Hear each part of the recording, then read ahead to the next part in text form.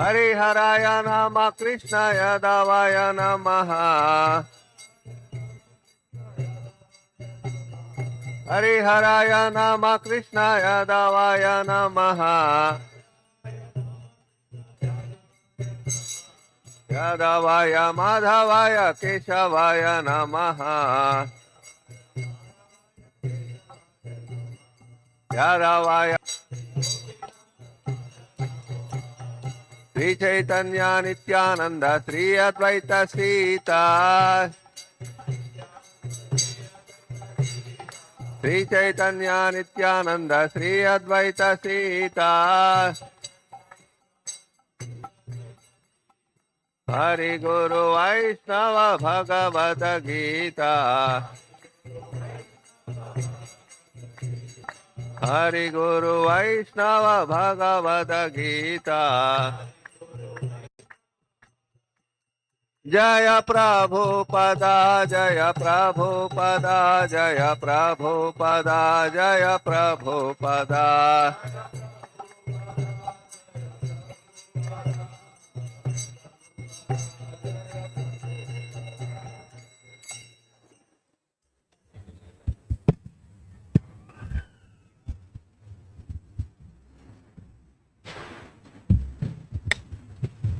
Can this come this side?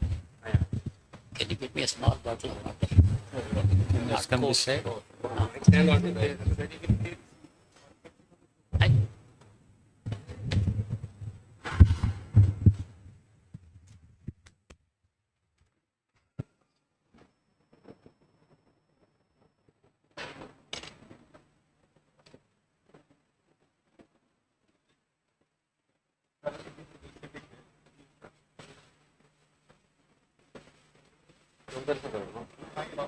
Okay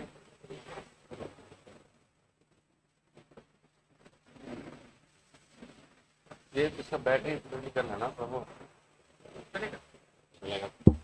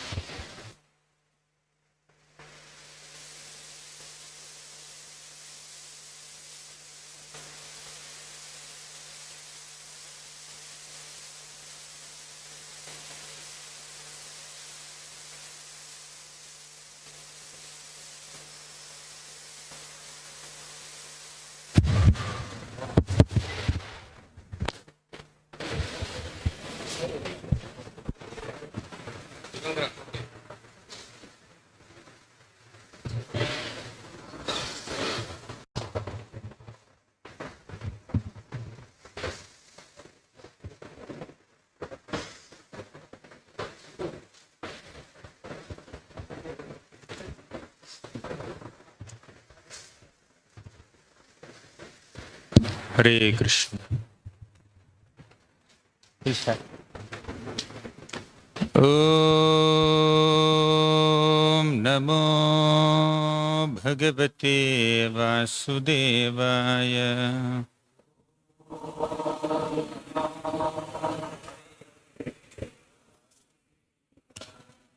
Om Namo Bhagavate Vasudevaya.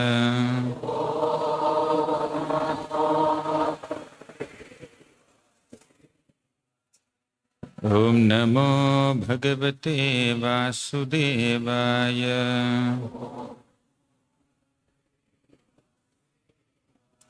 Om Ajnanatimmirandhasya Gnananjanashalakaya Chakshuranmilitam Yena Tasmai Shri Gurave Namaha. Shri Chaitanya Manobhishtam Sthapitam Yena Bhutale Swayam Rupaha Kada Mahyam Dadati Swapadantikam.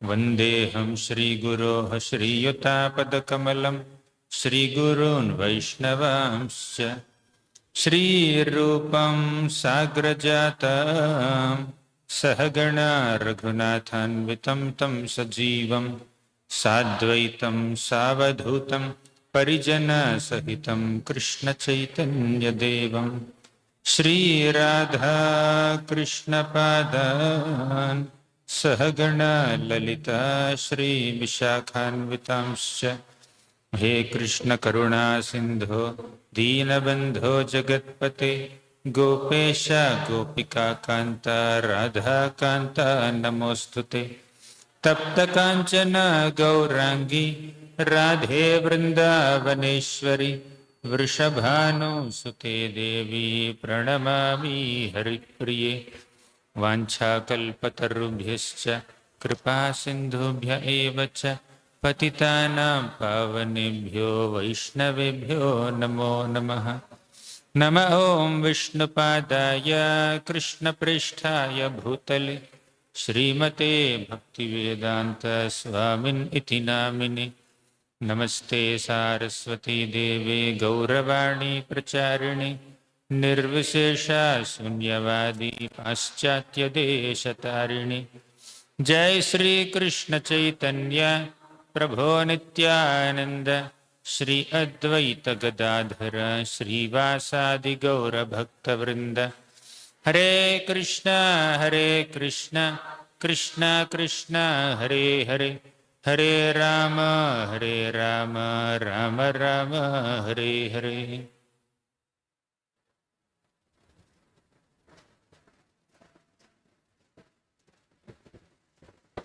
Hare Krishna. I offer my humble obeisances to. It's okay, no need. My humble obeisances to all the devotees at ISKCON Chennai. After 1 year, again I came here to speak some Hari Katha. Looks like 1 year passed very quickly. Time is passing very quickly nowadays with so much of activities under the umbrella of Krishna consciousness. So today we'll speak something on the 64 qualities of Krishna as described by Rupa Goswami in the Bhakti Rasamrita Sindhu. So in the Bhakti Rasamrita Sindhu, the first part we generally so much peace in life when the sound stops. So in the Bhakti Rasamrita Sindhu, first part we read in Bhakti Shastri, which Prabhupada presents as 19 chapters of Nectar of Devotion. In the second part, there is a lot of description about bhava, different types of bhava, vibhava, vyabhichari bhava, sattvika bhava, all that. So as a part of that, there is a description of ashraya and vishaya.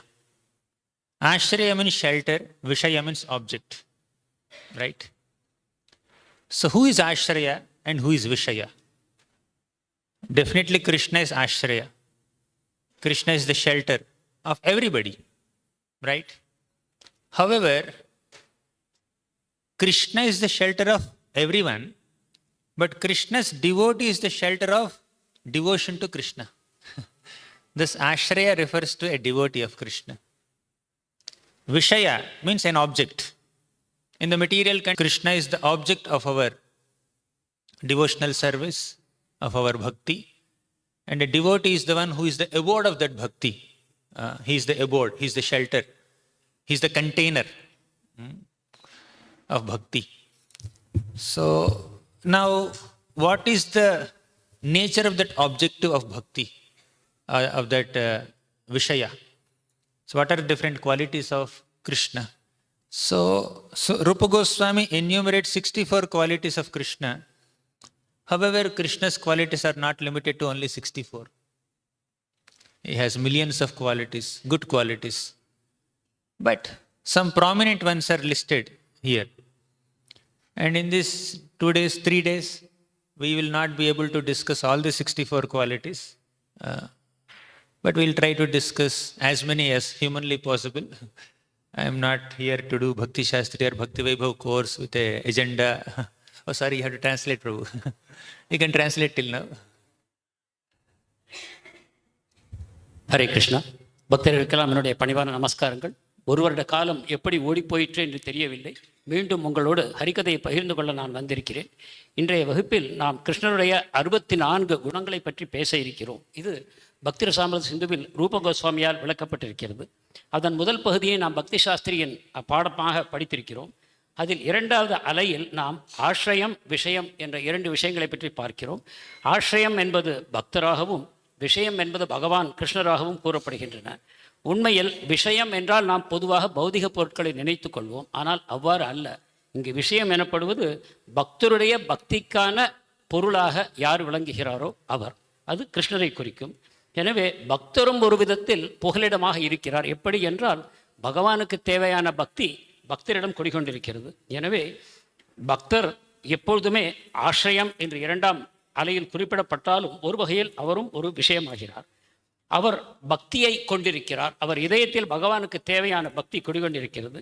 இவ்வாறு விஷயத்தின் இயல்புகள் என்ன என்பதை ரூப கோஸ்வாமி விளக்குகிறார். அதில் 64 குணங்களை பற்றி பேசுகிறார். கிருஷ்ணரிடம் உண்மையில் எண்ணற்ற குணங்கள் உள்ளன. அவற்றில் 64 அவர் பட்டியலிடுகிறார். அவற்றில் முக்கியமான சிலவற்றை இப்போது நமக்கு இருக்கக்கூடிய அவகாசத்தில் நாம் பார்ப்போம். Krishna's qualities are unlimited, but some prominent qualities of Krishna are described by Rupa Goswami in this Bhakti Rasamrita Sindhu. And what is the glory of meditating on Krishna's qualities? What is the benefit? What is the result? So before we discuss about Krishna's qualities, let us discuss the glory of discussing about Krishna's qualities. In the Bhagavatam, 3rd canto, it said, Ashesha Sanklesha Shamam Vidhatte Gunanuvada Shravanam Murare Kimva Punastacharanaravindha Paragaseva Ratiratma Labdha. Ashesha Sanklesha Shamam Vidhatte. Sanklesha means difficulties, miseries. Ashesha Sanklesha means unlimited miseries. Shamam vidhatte. All these miseries are completely vanquished when we discuss the qualities of Krishna. Gunanuvada Shravanam Murare. Gunanuvada means conversations about Krishna's divine qualities. Shravanam means hearing. Hearing whose qualities? Murari, that Lord who has killed Mura demon. So when we hear about the qualities of Murari, Krishna, then our miseries are mitigated. You want to translate now? Or? Oh. So, how by hearing about Krishna's qualities our miseries are vanquished? The answer lies in understanding how great Krishna is and understanding our own relationship with Krishna. And when you know that he is a great personality and I have an eternal connection with him, bonding with him, I am his devotee, I am his part amsha, I am his servant, and he is so merciful, he protects me. So that understanding, this whole understanding of the Sambandha Gnana, our relationship with Krishna, will give us a sense of security, will give us a sense of confidence, will make us very confident while traversing in this world. We'll be relieved from all fears. We'll be relieved from all insecurities. We'll be relieved from all kleshas, miseries.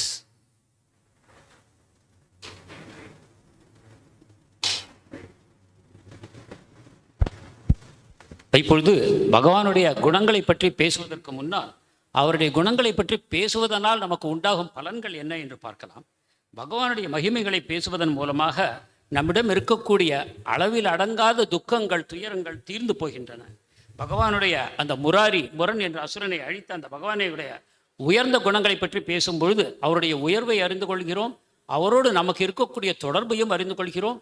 அவர் என்னுடைய எஜமானர், நான் அவருடைய சேவகன் என்ற பாவத்தை அடைந்து நாம் அவருடைய பாதுகாப்பை முழுமையாக உணர்கிறோம். அவருடைய பாதுகாப்பில் இருப்பதன் காரணமாக நம்முடைய பயங்களும் கவலைகளும் நம்மை விட்டு நீங்கி போகின்றன. Ashesha Sanklesha Shamam Vidhatte. Klesha is caused by ultimately ignorance. As Kunti Maharani says in her prayers to Krishna, very beautifully. She says that Bhavesmin klishyamananam avigna kama karmabhi Shravana smaranarhani karishyan iti kechana. Bhavesmin klishyamananam avidya kama karmabhi.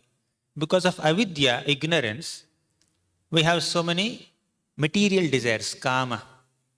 And this kama will lead to so many karmas, material activities. And these material activities, karmas, lead to kleshas.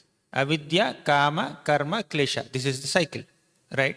So kleshas are rooted in avidya, ignorance. What is that ignorance? Ignorance of our relationship with Krishna. Ignorance of our eternal bonding with Krishna. Ignorance of our understanding that we are parts and parcels of Krishna, we are amshas of Krishna, we are servants of Krishna. That ignorance will lead to all kleshas. But when we are hearing about Krishna, Gunanuvada Shravanam Murarehe, when we are hearing about Krishna's qualities, our remembrance of our eternal bonding with Krishna is revived. On the basis of that understanding of our eternal bonding with Krishna, we'll be transcending this mode of ignorance and we'll be relieved from all miseries.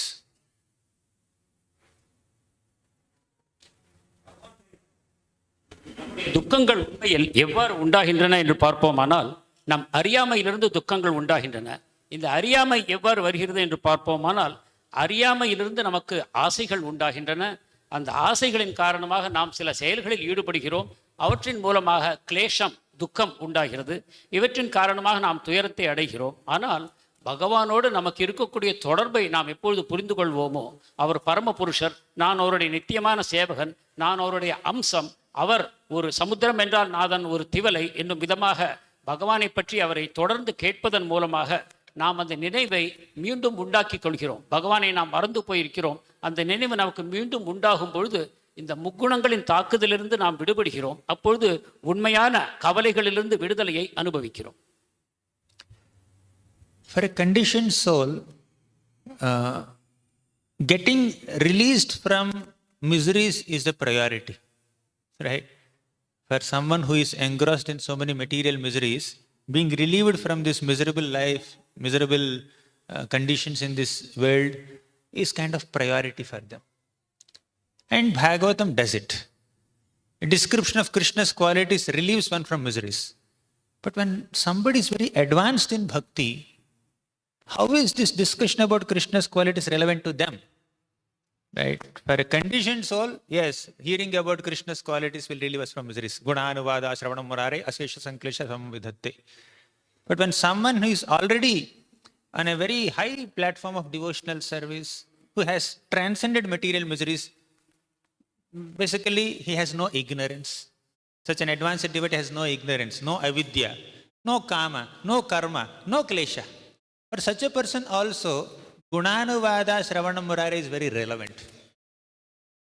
Because when a conditioned soul hears Krishna Katha, the conditioned soul looks forward for a hope, for relief, for some kind of freedom from this material miseries, or some kind of confidence that yes, someone is there to protect me. That gives a sense of security. But once you transcend that fears, you fall in love with Krishna. And when you love somebody, you naturally want to hear more and more about him. And the mind constantly flows towards Krishna, Krishna's qualities. Now, for a conditioned soul or a struggling sadhaka who is practicing bhakti, who is not in the stage of intense prema for Krishna, it's very difficult to have one's heart constantly flow towards Krishna. Because miseries are pulling, avidya is pulling, kama, karma are pulling them back. But hearing about Krishna's qualities will pull the mind back to Krishna. Because the mind is being pulled by Maya, by hearing about Krishna's qualities, this Shravanam will pull them towards Krishna. Here also there is one pull, here also there is one pull. Maya will never push us towards Krishna. Maya will only pull us away from Krishna, right? Maya doesn't do pushing business. She will only do pulling business. Pull us back from Krishna. So, to withstand that pull of Maya, we need to be pulled by Shravana. So, we need to go towards Krishna. So, that is the effect. But when somebody is very advanced in bhakti, for them there is a natural attraction towards Krishna.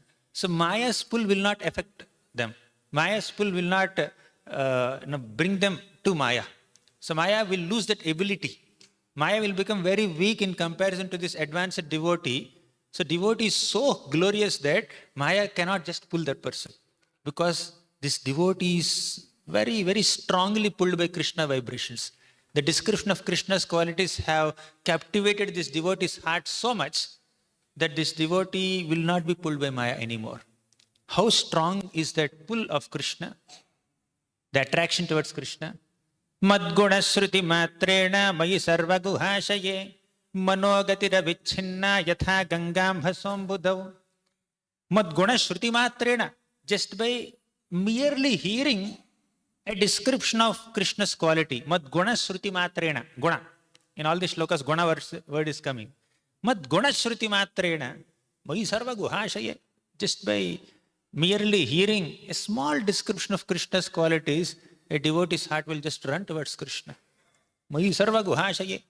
How? Manogatir Avichinna. Mana means heart. Gati means the course of the heart, or the movement of the heart, or the feelings or the emotions in the heart. Manogatir Avichinna Yatha Gangamba Sombudav. Just like Ganga river flows towards the ocean despite so many obstacles on the way. Sometimes on the path of Ganga there are some mountains, some hills, some forests, some cities, some villages. But somehow Ganga will find her way towards the ocean. Similarly, even if hundreds and thousands of forces are pulling a devotee back, an advanced devotee back from Krishna, even if Maya is presenting hundreds and thousands of obstacles towards such a devotees march towards Krishna, somehow the devotee manages to reach Krishna. Devotee's mind manages to think of Krishna.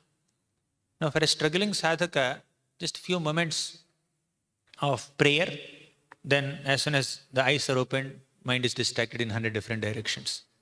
But for a sufficiently advanced devotee who has nourished one's heart by descriptions of Krishna's qualities, the distractions or interruptions in absorption is very, very negligible, because mind is constantly going there. Once in a while he comes out of Krishna consciousness, but a struggling sadhaka, once in a while he comes out of Maya. So just like Ganga flows towards the ocean, avichinna, without any obstacles or obstructions, similarly, a devotee's mind also flows towards Krishna as soon as a devotee hears Krishna's qualities. Madguna Shruti Matrena Mayi Sarva Guhasaya.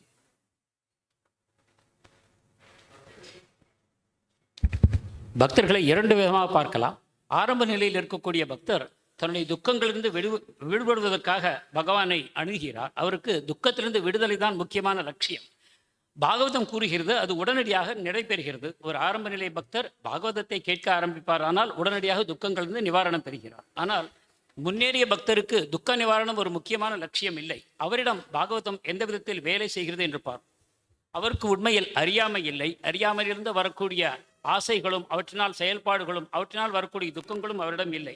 ஆனாலும் அவர் கிருஷ்ணரின் பக்கம் எப்படி கவரப்படுகிறார் என்று பார்ப்போமானால், ஒரு பக்கம் நம்மை கிருஷ்ணர் ஈர்க்கிறார், மற்றொரு பக்கம் மாயை நம்மை ஈர்க்கிறார். இந்த இரண்டு இழுப்புகளுக்கு நடுவில் ஒரு ஆத்மா தடுமாறிக்கொண்டிருக்கிறது. ஆனால் முன்னேறிய பக்தருக்கு மாயாதேவி சக்தி இழந்து போகிறாள். அவரால் மாயாதேவி அவரை கீழே இழுப்பது சாத்தியமில்லாமல் போகிறது. அப்பொழுது கிருஷ்ணருடைய காந்தம் போன்ற அற்புதமான கவர்ச்சி சக்தி அந்த பக்தரை தன் பக்கம் இழுத்து போடுகிறது.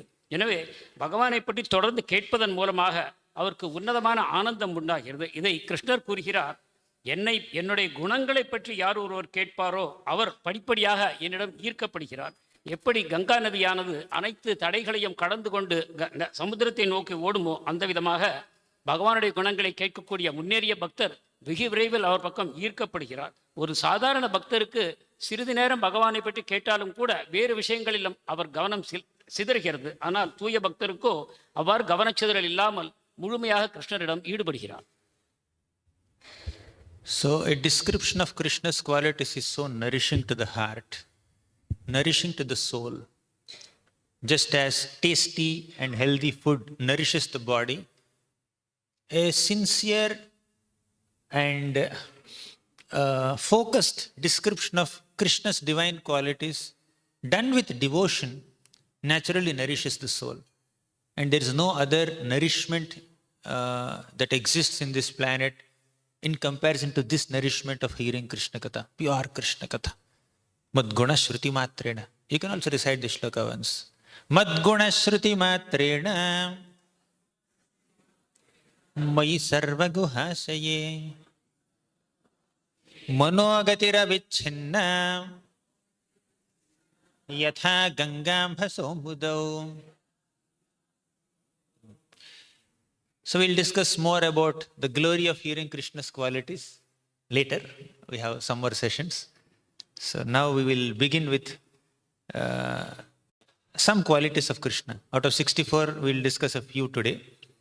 There is no slide because of some projector issues. We'll copy later, the next session. So there are 64 qualities. Rupa Goswami analyzes these 64 qualities. So out of the 64 qualities, the first 50 qualities can be present even in a jiva also. Even a living entity, jiva also is capable of exhibiting 50 of these qualities to some degree, not completely by the way, to some degree. But Krishna can manifest all the 50 qualities to the ultimate degree, so much so that no one can surpass him in exhibiting that quality. Plus, he has 14 extra qualities also.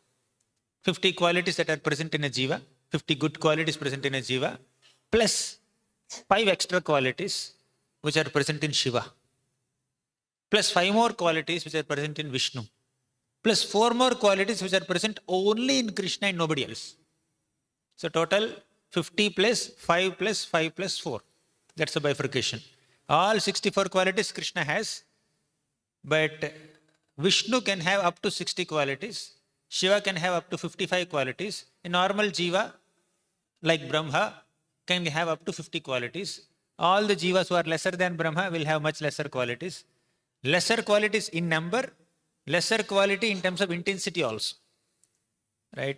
A jiva, however qualified he may be, he may not have all 50 qualities. Right? And even if he happens to have all 50 qualities, he cannot have all 50 qualities completely. He can have to some degree, slight degree in comparison to Krishna. Yes, sir. கிருஷ்ணனுடைய மகிமைகளை பற்றி சிறிது பேசினோம். இப்பொழுது கிருஷ்ணனுடைய குணங்களுக்குள் நுழைவோம். கிருஷ்ணருக்கு 64 குணங்களை ரூப கோஸ்வாமி பட்டியலிட்டு விவரிக்கிறார். அவற்றில் 50 குணங்கள் ஜீவாத்மாவிடமும் இருக்கின்றன. ஆனால் முழுமையாக அல்ல, ஒரு சிறிதளவு. கிருஷ்ணரிடம் ஆழம் காண முடியாத பெரும் கடலாக இந்த 50 குணங்களும் முழுமையாக நிலை பெற்றிருக்கின்றன. அதற்கும் மேலாக கிருஷ்ணருக்கு 14 குணங்கள் அதிகமாக உள்ளன. அவற்றில் 5 சிவபெருமானிடம் உள்ளன. அதற்கும் மேலாக 5 குணங்கள் விஷ்ணுவிடம் மட்டும் உள்ளன. விஷ்ணுவுக்கும் கிருஷ்ணருக்கும் பொதுவானவை. ஆனால் இறுதியில் 4 குணங்கள் கிருஷ்ணரிடம் மட்டுமே அமைந்திருக்கின்றன. இவ்வாறு கிருஷ்ணர் 64 குணங்களை பூர்ணமாக பெற்றிருக்கிறார். ஜீவாத்மா ஒரு பிரம்மதேவர் ஒரு ஜீவாத்மா என்னும் பட்சத்தில் அவரிடமும் இந்த 50 குணங்கள் தான் இருக்க முடியும். அதற்குள்ளும் கூட முழுமையாக இருக்காது. ஒரு சிறிதளவு இந்த 50 குணங்கள் அவரிடம் வெளிப்படும் வாய்ப்பு இருக்கிறது. The 4 extra qualities that Krishna has, which no one has, even Vishnu doesn't have, are Rupa Madhuri, Krishna's beauty. Definitely Vishnu is beautiful, Krishna is beautiful, Ram is beautiful. All other forms of the Lord are also beautiful. But Krishna's beauty is very unique. Therefore, Rupa Madhuri. Second is Leela Madhuri. Krishna performs such wonderful pastimes, and Krishna's Leelas are very comprehensive. When you say comprehensive, Krishna can reciprocate with devotees of multiple backgrounds in multiple emotions. Well, Ram may have certain restrictions, like I can accept only one wife, not so many. Right? That is his. For all great purposes, he wants to be Maryada Purushottam and he wants to accept only one wife. But Krishna goes beyond. Okay, even if it is 16,188, no problem. I will accept. So, Krishna is Purana Purushottam. So, his Leelas are more complete. And in terms of reciprocation with devotees, he can reciprocate with devotees of different moods. Even Krishna's Balya Leela is so elaborate compared to the Balya Leelas of many other forms of the Lord. So, Leela Madhuri. Then third is this Venu Madhuri. Venu Madhurya means Krishna plays flute. No other form of the Lord is playing flute so expertly. Then finally, Prema Priyadhikyam. Krishna is always surrounded by sweet devotees. So these four are extra qualities in Krishna. Probably we'll elaborate on these four qualities on the last session, Sunday. We'll focus only on these four qualities on last Sunday. So within the 3 sessions, today 2 and tomorrow 1, we'll try to cover the remaining 60 as much as possible. கிருஷ்ணருக்கே உரித்தான இந்த 4 குணங்கள் என்ன என்று பார்ப்போமானால், முதலில் ரூபமாதுரி. மற்ற அனைத்து தேவதைகளையும் விட மிக அற்புதமான கவரக்கூடிய வடிவத்தை கிருஷ்ணரே பெற்றிருக்கிறார். அத்தகைய வடிவம் ராமருக்கும் மற்ற இதர அவதாரங்களுக்கும் கூட இல்லை.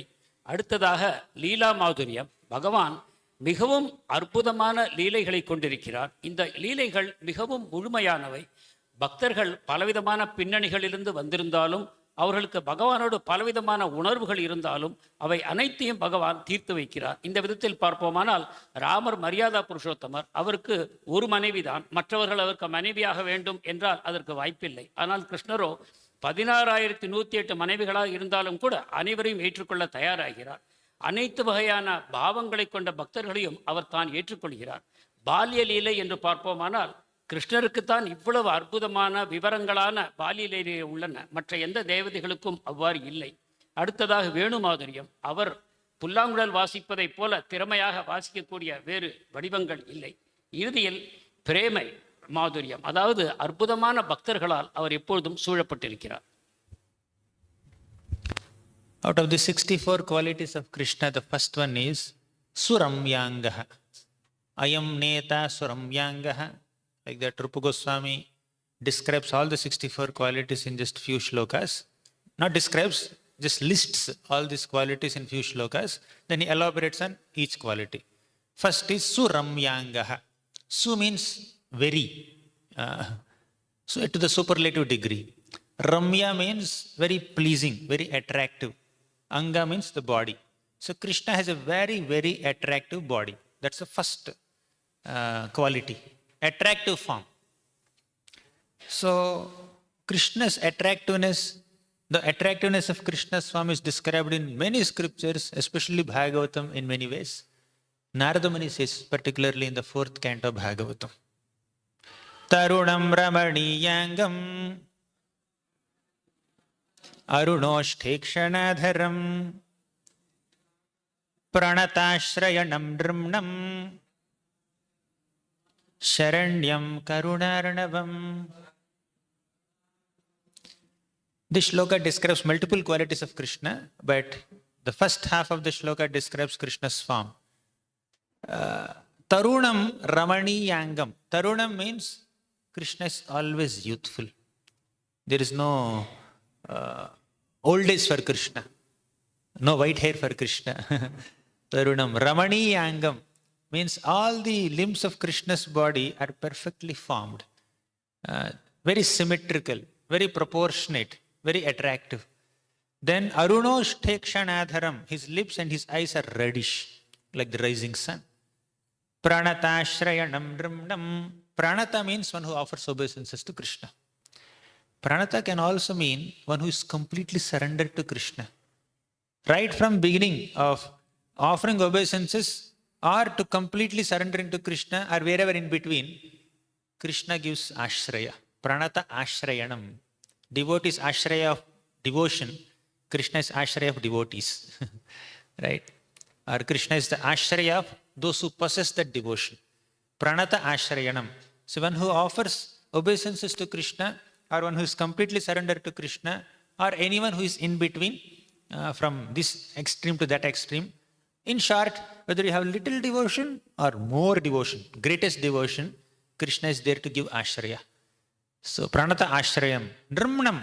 Drimnam means Krishna is transcendently pleasing in all ways. No aspect of Krishna is displeasing or annoying or irritating to anybody. Right? Every aspect of Krishna is always pleasing. Sometimes in this world we may find people who are good at something, but some aspects of the personality may be a little boring or little annoying, little irritating, or sometimes disgusting also. That's what a conditioned soul is. But Krishna, Nramnam, means he is transcendently pleasing in all ways to everyone. That is Krishna. Nobody has a complaint that Krishna is very annoying, very irritating. Even if gopis complain against Krishna's butter stealing activities to Mother Yashoda, that is also sweet. When Krishna's stealing activities are described by a devotee, naturally everybody has smiles on their faces. Everyone who hears the stealing pastimes of Krishna have smiles on their faces. And even those people from whose homes things are stolen by Krishna, they also smile. Those who describe the stealing activities, they also smile. And one who is stolen, he is also smiling. Right? Everybody is smiling. One who is hearing, they are also smiling. But you just describe the stealing activities of somebody in this world. It's disgusting. It's annoying. It's alarming. My God, he may come to me also to steal. But Krishna is such a thief that even his stealing activities are also very sweet. Nramna means he is transcendently pleasing in all ways. Then Sharanyam Karuna Aranavam, he gives Sharan. He's an ocean of compassion. Karuna Aranavam, he's an ocean of compassion. Yes, Prabhu.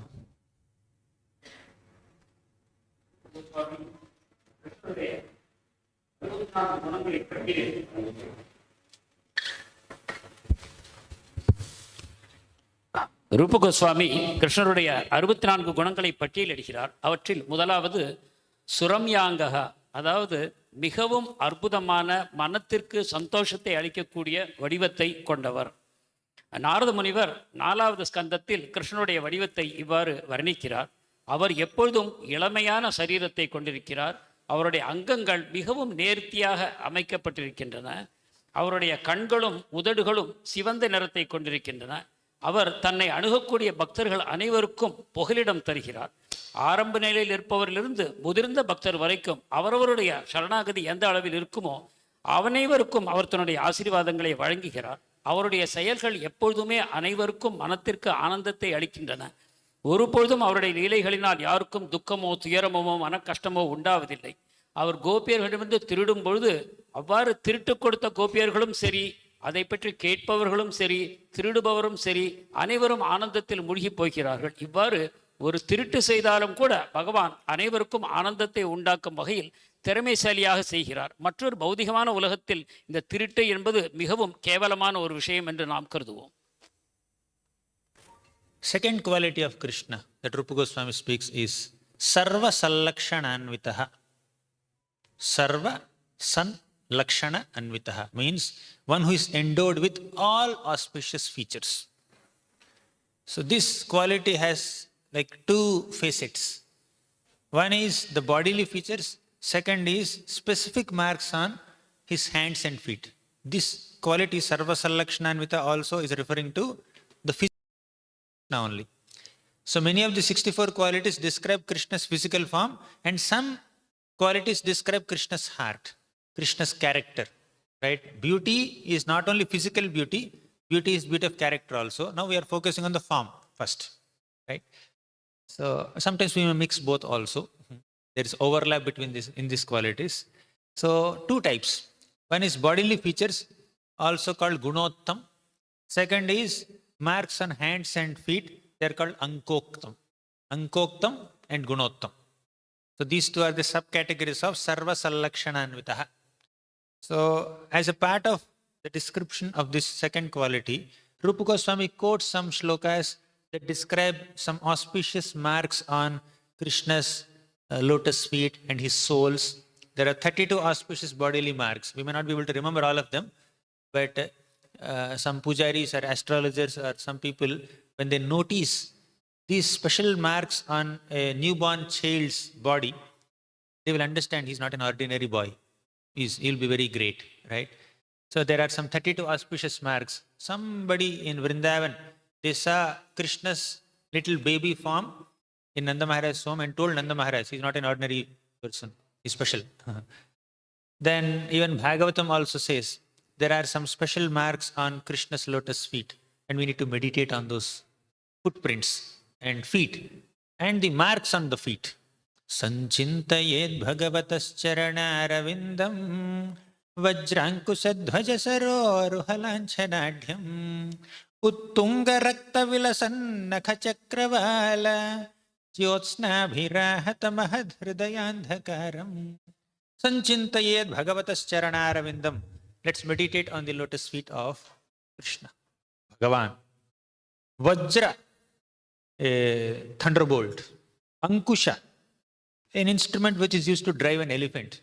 Dhvaja, a flag. Saroruha, a lotus. Vajrankusa dhvaja saroruha lanchanadhyam.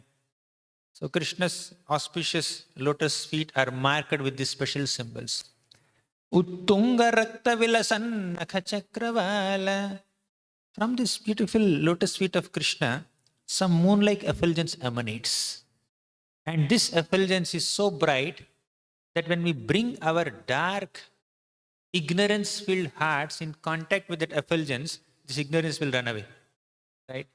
So whenever we expose ourselves to the divine effulgence coming from Krishna's lotus feet, the thick gloom of ignorance in our hearts is completely vanquished. That is the glory of taking darshan of one little aspect of Krishna's unlimited beauty. That is some marks on his feet. What to speak of meditating on all the features of Krishna. He is sarvasallakshananvitaha. This is a brief description of second quality. சர்வ சன்லக்ஷண அன்விதா, அதாவது அவருடைய உடலில் அற்புதமான அடையாளங்கள் இருக்கின்றன. அங்கித, அவருடைய உடல் அருமையாக அமைந்திருப்பதோடு மட்டுமில்லாமல் அவருடைய திருப்பாதங்களில் அற்புதமான அடையாளங்களும் இருக்கின்றன. இவற்றினுடைய வர்ணனை சாஸ்திரங்களில் கொடுக்கப்பட்டிருக்கின்றன. அவற்றை கேட்பதும் நமக்கு அனைத்து மங்களங்களையும் உண்டாக்குகிறது. பகவானுடைய இவ்வாறு குணங்களை ரூப கோஸ்வாமி பட்டியலிடும்பொழுது அவருடைய உடல் அமைப்புகளை மட்டுமல்லாமல் அவருடைய குணங்களின் சிறப்பையும் இந்த பட்டியலில் சேர்த்திருக்கிறார்.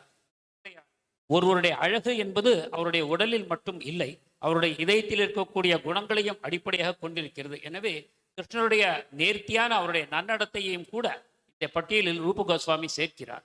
இந்த உடலின் அடையாளங்கள் இரண்டு விதமாக கூறப்படுகின்றன. ஒன்று குணோத்தம், மற்றொன்று அங்கோக்தம். குணோக்தம் என்றால் அவருடைய அற்புதமான குணங்கள், மற்றது அங்கோக்தம் என்றால் அவர் பாதத்தில் இருக்கக்கூடிய அடையாளங்கள். 32 அடையாளங்கள் உண்மையில் கூறப்படுகின்றன.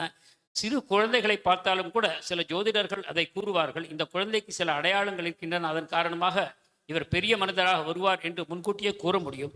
அந்த விதத்தில் கிருஷ்ணர் குழந்தையாக இருந்த பொழுதும் கூட அந்த கோபர்கள் சிலர் அவருடைய அடையாளங்களை பார்த்துவிட்டு அவருடைய மகிமைகளை பற்றி பேசினார்கள். எனவே அவருடைய அந்த வடிவ லட்சணங்களை பற்றி தியானம் செய்வது ஒருவரிடம் இருக்கக்கூடிய அனைத்து அமங்கலங்களையும் நீக்கக்கூடியதாகும். அவருடைய திருப்பாதத்தில் தாமரை, அங்குசம், மின்னல் போன்ற அடையாளங்கள் உள்ளன. மேலும் அவருடைய பாதத்திலிருந்து வரக்கூடிய ஒளியானது நம்மிடம் இருக்கக்கூடிய அறியாமை என்னும் இருளை முழுமையாக நீக்கத்தக்கது. இந்த விதமாக பகவானின் அடையாளங்களில் சிலவற்றை தியானம் செய்தாலுமே கூட நமக்கு முழுமையான நன்மைகள் உண்டாகின்றன. Third is Ruchira. Third quality that Rupa Goswami describes is Ruchira. Ruchira means radiant, very pleasing to everyone, everyone's eyes specifically here. Ruchira, very pleasing. As an example, from Srimad Bhagavatam, Rupa Goswami quotes a shloka spoken by Uddhava. In the third canto of Bhagavatam, there was a beautiful conversation between Uddhava and Vidura. In this conversation, Uddhava recollects so many wonderful qualities of Krishna, and one is this incident from Rajasuya sacrifice. So Yudhishthira Maharaj in Indraprastha, he conducted a Rajasuya sacrifice and he offered Agra Puja to Krishna.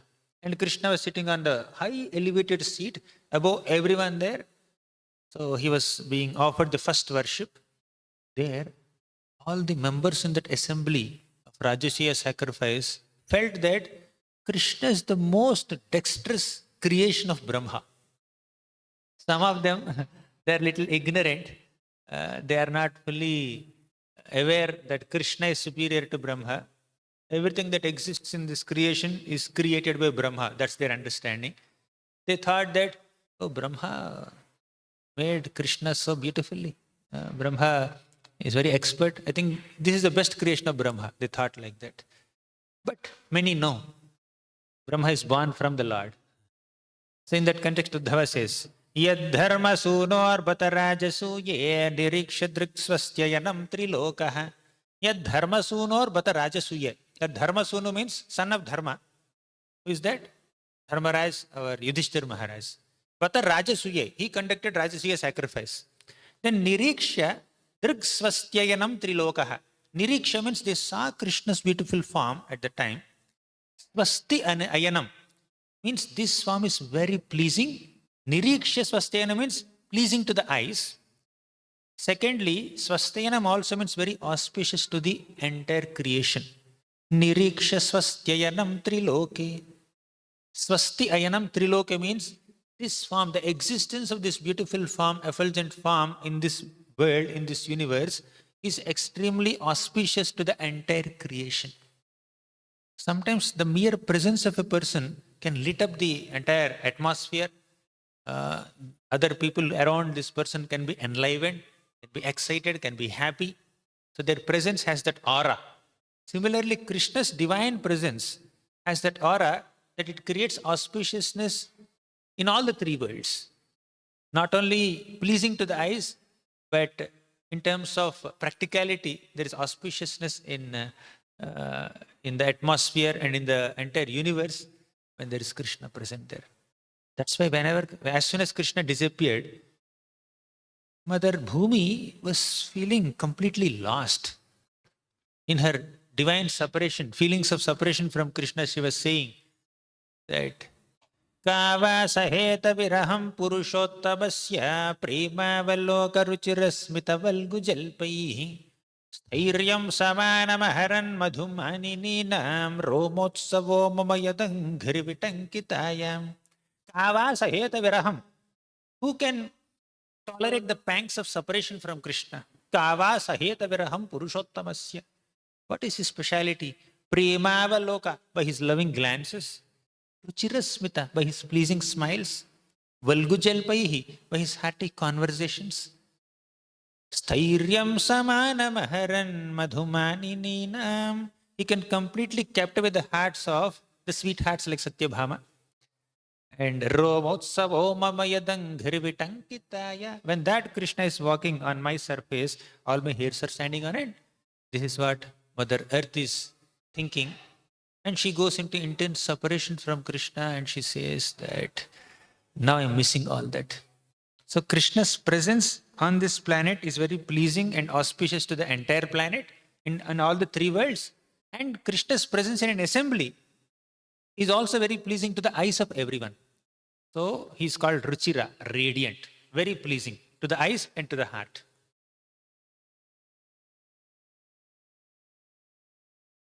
அதாவது கண்களுக்கு பார்ப்பவர்கள் அனைவருக்கும் ஆனந்தத்தை தரக்கூடிய வடிவத்தை கொண்டிருக்கிறார். இந்த விஷயத்தை பற்றி உத்தவர் விதுரரிடம் 4வது ஸ்கந்தத்தில் விவரிக்கிறார். ராஜசூய யஜ்ஞத்தின் பொழுது கிருஷ்ணருக்கு அக்ர பூஜை என்னும் மரியாதை தரப்பட்டது. அப்பொழுது அந்த உயர்ந்த ஆசனத்தில் பகவான் அமர்ந்திருந்த பொழுது அவரை பார்த்த அனைவரும் மனத்தில் நினைத்து கொண்டார்கள், பிரம்மதேவரின் சிருஷ்டியில் மிக அற்புதமான பக்குவமான வடிவம் கிருஷ்ணர் தான் என்று நினைத்து கொண்டார்கள். ஏனென்றால் அவர்களுக்கு தெரியாது, உண்மையில் பிரம்மதேவர் கிருஷ்ணருக்கும் குழந்தை என்பதை அவர்கள் அறியவில்லை. எனவே இவ்வாறு நினைத்து கொண்டார்கள். உண்மையில் கிருஷ்ணருடைய வடிவம் மூவுலகங்களுக்கும் மங்களத்தை தர வல்லதாகும். பூமி தேவி கிருஷ்ணர் மறைந்து போன பொழுது அவருடைய பிரிவு துயரத்தை மிகவும் உணர்கிறார். அப்பொழுது கூறுவதாவது, கிருஷ்ணருடைய அற்புதமான அன்பான பார்வைகள், அவருடைய புன்முறுவல், அவருடைய இனிமையான உரையாடல்கள், இவை அனைத்தும் அனைவருடைய மனத்தையும் கவர வல்லவை. அவர் என்னுடைய பூமியில் தன்னுடைய பாதத்தை பதித்து நடந்த பொழுது எனக்கு உடலில் புலகாங்கிதம் உண்டாயிற்று. இப்பொழுது அவருடைய அந்த சந்திப்பு எனக்கு இல்லாத காரணத்தினால் நான் துயரத்தில் ஆழ்ந்திருக்கிறேன் என்று பூமி தேவி கூறுகிறார். இந்த விதத்தில் ருச்சிரா என்பது அனைவருக்கும் சிருஷ்டியில் இருக்கக்கூடிய அனைத்து உலகங்களுக்கும் மங்களத்தை தரக்கூடியவர், சந்தோஷத்தை தரக்கூடியவர் என்பதாகும். Rupa Goswami also explains the word Ruchira by describing another feature of Krishna's form. That is, resemblance of Krishna's form with some lotuses. So 8 parts of Krishna's body resemble lotuses. Right? Number 1, face. Oftentimes we hear the description lotus face, Padma Mukha. Right? So that is Krishna's face resembles a lotus. Second, two eyes are like lotus petals. Nayana Kamala. We say, right? Two eyes. One is face, next two eyes, then two hands. Two hands of Krishna also resemble lotuses. They're like Kara Kamala. Tava Kara Kamala Vari. Even Narasimha's hands are also like lotuses. Then sixth is navel. Then seventh is left foot. Eighth is right foot. So 2 feet are two lotuses. Total 8 lotuses in Krishna's body. Everything is lotus, but here 8 lotuses are mentioned. Face, 2 eyes, 2 legs, 2 hands, and one more navel. Namaha Kamala Nabhaya, Namaha Kamala Maline, Namaha Kamala Padaya, Namaste Kamalekshana. Who says this? No. Last year we discussed it here only. Last year. Prachetas, correct. Prachetas, they offer this prayer. Namaha Kamala Nabhaya. Krishna's navel is like lotus. Namaha Kamala Maline. He wears a garland of lotuses. Namaha Kamala Padaya. Krishna has 2 lotus-like feet. Namaste Kamalekshana. His eyes are also like lotuses. So this is like lotus darshan. Then Namaha, there is an Namaha Pankaja Nabhaya. That is Kunti Maharani's prayer. கிருஷ்ணனுடைய அற்புதமான வடிவத்தை பற்றி மேலும் ரூப கோஸ்வாமி விளக்குகிறார். அவருடைய உடலில் 8 தாமரைகள் அமைந்திருக்கின்றன என்று கூறுகிறார். அவருடைய முகம், அவருடைய 2 தாமரை போன்ற கண்கள், 2 கைகள், அவருடைய நாபிக்கமலம் மற்றும் அவருடைய 2 தாமரை பாதங்கள் அனைத்தையும் சேர்த்து 8 தாமரைகளை அவர் பார்க்கிறார். இதை பிராச்சேதர்களும் தங்களுடைய பிரார்த்தனைகளில் வர்ணித்து பாடுகிறார்கள். புத்தி மகாராணுடைய பிரார்த்தனையிலும் கூட பகவானுடைய இந்த தாமரை போன்ற வடிவம் வர்ணிக்கப்படுகிறது. So this is one aspect of Ruchira. But out of so many beautiful objects in this world, why Krishna's beauty is often compared with lotuses only? Why not beautiful like something else or something else? One is, lotus is definitely a very beautiful object in this world. Secondly, lotus is generally born from mud, right? But lotus remains pure and beautiful. All the dirt around lotus will not contaminate the lotus. The beauty of this lotus is not overshadowed by or contaminated by or overpowered by the dirt around the lotus. We pluck lotus from that dirty pond or whatever, then it is offerable to Krishna. Right? Similarly, even though the Lord descends in this material world, still the Lord is uncontaminated by the contamination of this material world. Therefore, the Lord is compared to lotus, and everything about the Lord is compared with lotus. Right? So, that's the significance of comparing various features of Krishna with lotuses, but this is not the best comparison. Krishna is way ahead of lotus in his beauty. But because of lotus's physical beauty and the specific quality of remaining pure despite being in an impure ambience, makes this comparison very apt by the scriptures. உண்மையில் கிருஷ்ணரை தாமரையோடு ஒப்பிட முடியாது. கிருஷ்ணர் தாமரையை விட பல கோடி மடங்குகள் அற்புதமான குணங்களை கொண்டவர். ஆனாலும் கூட தாமரையோடு அவர் ஒப்பிடப்படுவதற்கான காரணங்கள், ஒன்று தாமரையின் அழகு, மற்றொன்று தாமரை சேற்றிலிருந்து மலர்கிறது. ஆனாலும் கூட அது தன்னுடைய தூய்மையை இழக்காமல் இருக்கிறது. எந்த அளவு தூய்மை என்றால், அந்த தாமரை மலரை பறித்து நாம் பகவானுக்கு அர்ப்பணிக்கவும் முடியும். இந்த விதத்தில் சேற்றில் பிறந்தாலும் கூட அது அற்புதமான தன்னுடைய தூய்மையை இழக்காமல் இருப்பதைப் போல, பகவானும் இந்த ஜட உலகத்தில் வரும்பொழுதும் கூட இந்த குணங்களின் தாக்கத்தை அடையாமல் எப்பொழுதும் தன்னுடைய தூய்மையை காத்துக்கொள்கிறார். இதன் காரணங்களினால் தாமரை மலர்கள் பகவானோடு ஒப்பிடப்படுகின்றன. Now Krishna is beautiful like lotus, and generally bees are attracted to this lotus because inside the lotus there is honey, right? So whenever a bee goes to a lotus flower, then it gets more honey compared to all smaller flowers. Therefore, this bee is completely satisfied with the honey available in the lotus. Similarly, the eyes of the gopis are compared with lotuses. The eyes of the gopis are compared with bees. And they fall on these 8 lotuses on Krishna's body. 2 hands, 2 legs, 2 eyes, and face, and navel. So when the eyes, the bee-like eyes of the gopis fall on the lotus-like form of Krishna, they are completely overpowered by the honey in these lotuses, and they will not look around here and there. They'll completely focus on Krishna only, right? Sometimes the gopis' eyes are compared with chataka birds. Just like chataka bird constantly looks for rain drops coming from the clouds, similarly the gopis' eyes also look forward to see Krishna, whose form is like a cloud. Gopi lochana chataka budamani saundarya mudrabadi. Gopi lochana, the eyes of the gopis are like chatakambudamani. They are like chataka birds. And Krishna is like shining jewel-like cloud. Sometimes their eyes are compared with chataka birds, Krishna is compared with cloud. Sometimes their eyes are compared with bees, and Krishna is compared with a lotus. 8 lotuses, right? So there is complete satisfaction for a bee in a lotus. Similarly, there is complete satisfaction for a chataka bird in this cloud. So Krishna can completely satisfy anybody, not only the gopis. Okay. மேலும் ஒரு காரணம், கிருஷ்ணர் தாமரையோடு ஒப்பிடப்படுவதற்கு தேன் தேன் வண்டுகள் தாமரையின் பால் கவரப்படுகின்றன. ஏனென்றால் தாமரை மலரில் ஏராளமான தேன் இருப்பதன் காரணமாக, மற்ற சிறு சிறு மலர்களில் சிறிதுதான் தேன் இருக்கும், ஆனால் தாமரையில் ஏராளமான தேன் இருப்பதன் காரணமாக அவை முழுமையாக திருப்தி அடைகின்றன.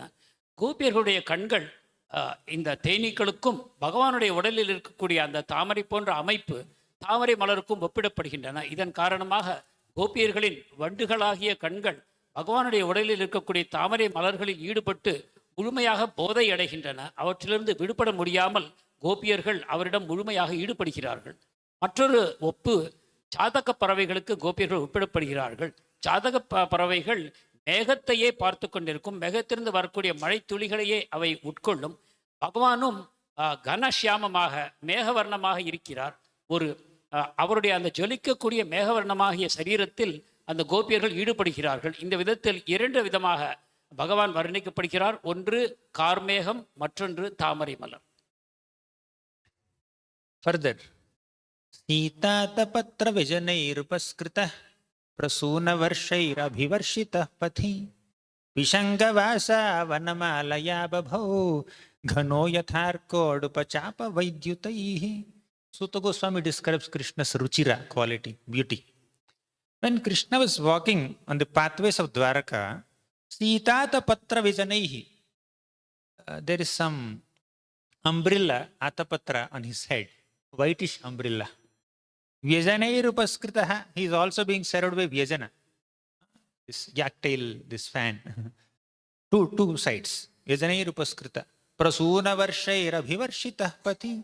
Prasūnavarshaihi means some flowers are being showered on Krishna. So all the ladies go on rooftops, from there they shower flowers on Krishna. While other members of the Dwaraka Puri, they were receiving Krishna, welcoming Krishna. Right? When Krishna is walking on the street, it's like ghano yatharko dupachapa vaidyutaihi. It seems like cloud, sun, 2 moons, and stars and rainbow. All 6 came together. All 6 give darshan together. You can simultaneously see all these elements: sun, 2 moons, then rainbow, 2 rainbows and flowers. Stars, stars and lightning. They all have come together, right? Ghano yatharkodupachapa vaidyutaihi. So ghana, cloud, refers to Krishna's bluish form. Then the umbrella is sun, is like sun. And the 2 charmers, they are like 2 moons. And the flower showers are like stars. And the garland that Krishna is wearing, multicolor garland, is like 2 rainbows. And Krishna's dhoti is like lightning. So all of them have come together when Krishna was walking on the street of Dwaraka. This is Ruchira, pleasing to eyes. Ruchira என்பதற்கு மற்றும் ஒரு ஸ்லோகத்தை எடுத்து காட்டுகிறார் ரூப கோஸ்வாமி.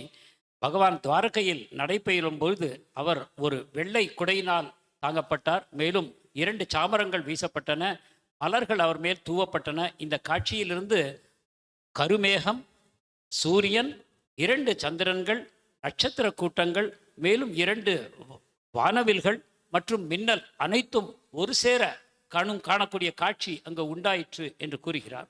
பகவானுடைய அந்த சரீரம் மேகத்திற்கும், அந்த வெண்குடை சூரியனுக்கும், அந்த 2 சாமரங்கள் 2 நிலவுகளுக்கும், அவர் மேல் தூவப்பட்ட மலர்கள் நட்சத்திரங்களுக்கும், அவர் அணிந்திருக்கக்கூடிய வனமாலைகள் 2 வானவில்களுக்கும், அவருடைய பீதாம்பரம் மின்னலுக்கும் ஒப்பிடப்பட்டு இந்த விதமாக அழகாக பேசப்பட்டது. Now we'll go to the fourth quality. After a long description on third quality, fourth quality. Fourth is Tejasa. Tejasa can have 2 meanings. One is Tejas, effulgence. Second is Tejas, power.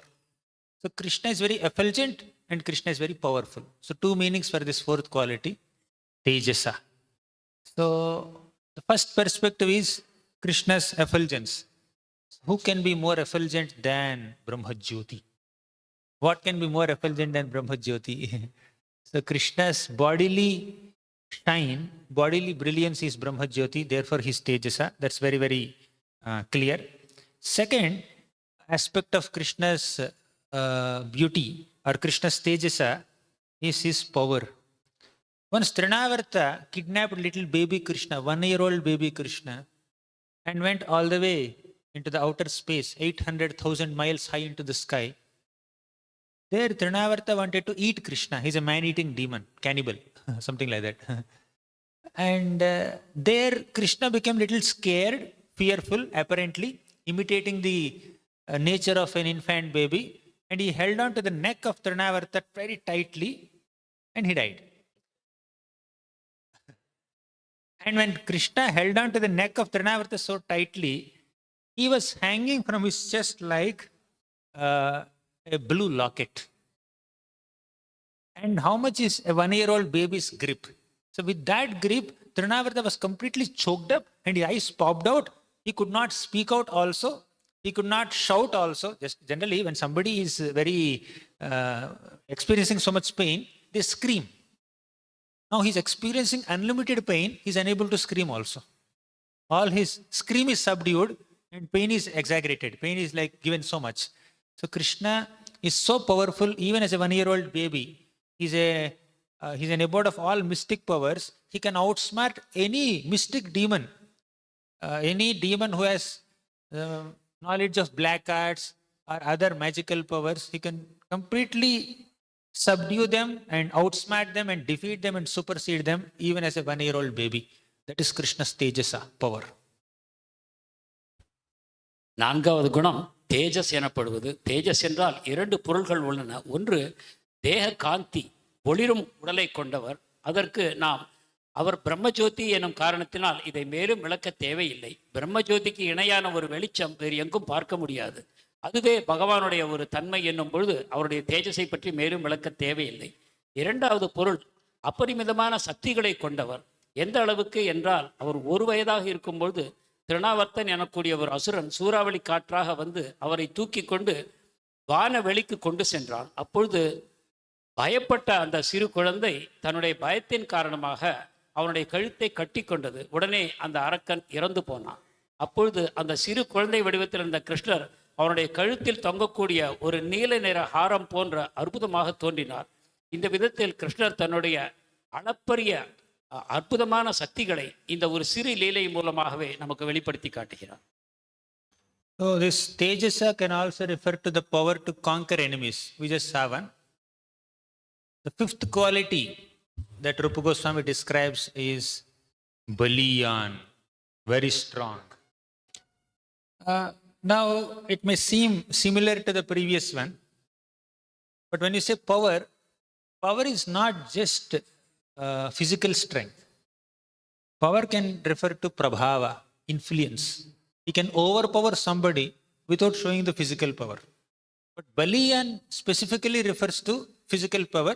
Of course, Baliyan also can have multiple shades, but here Baliyan word is translated as strong. He's very, very strong. Right?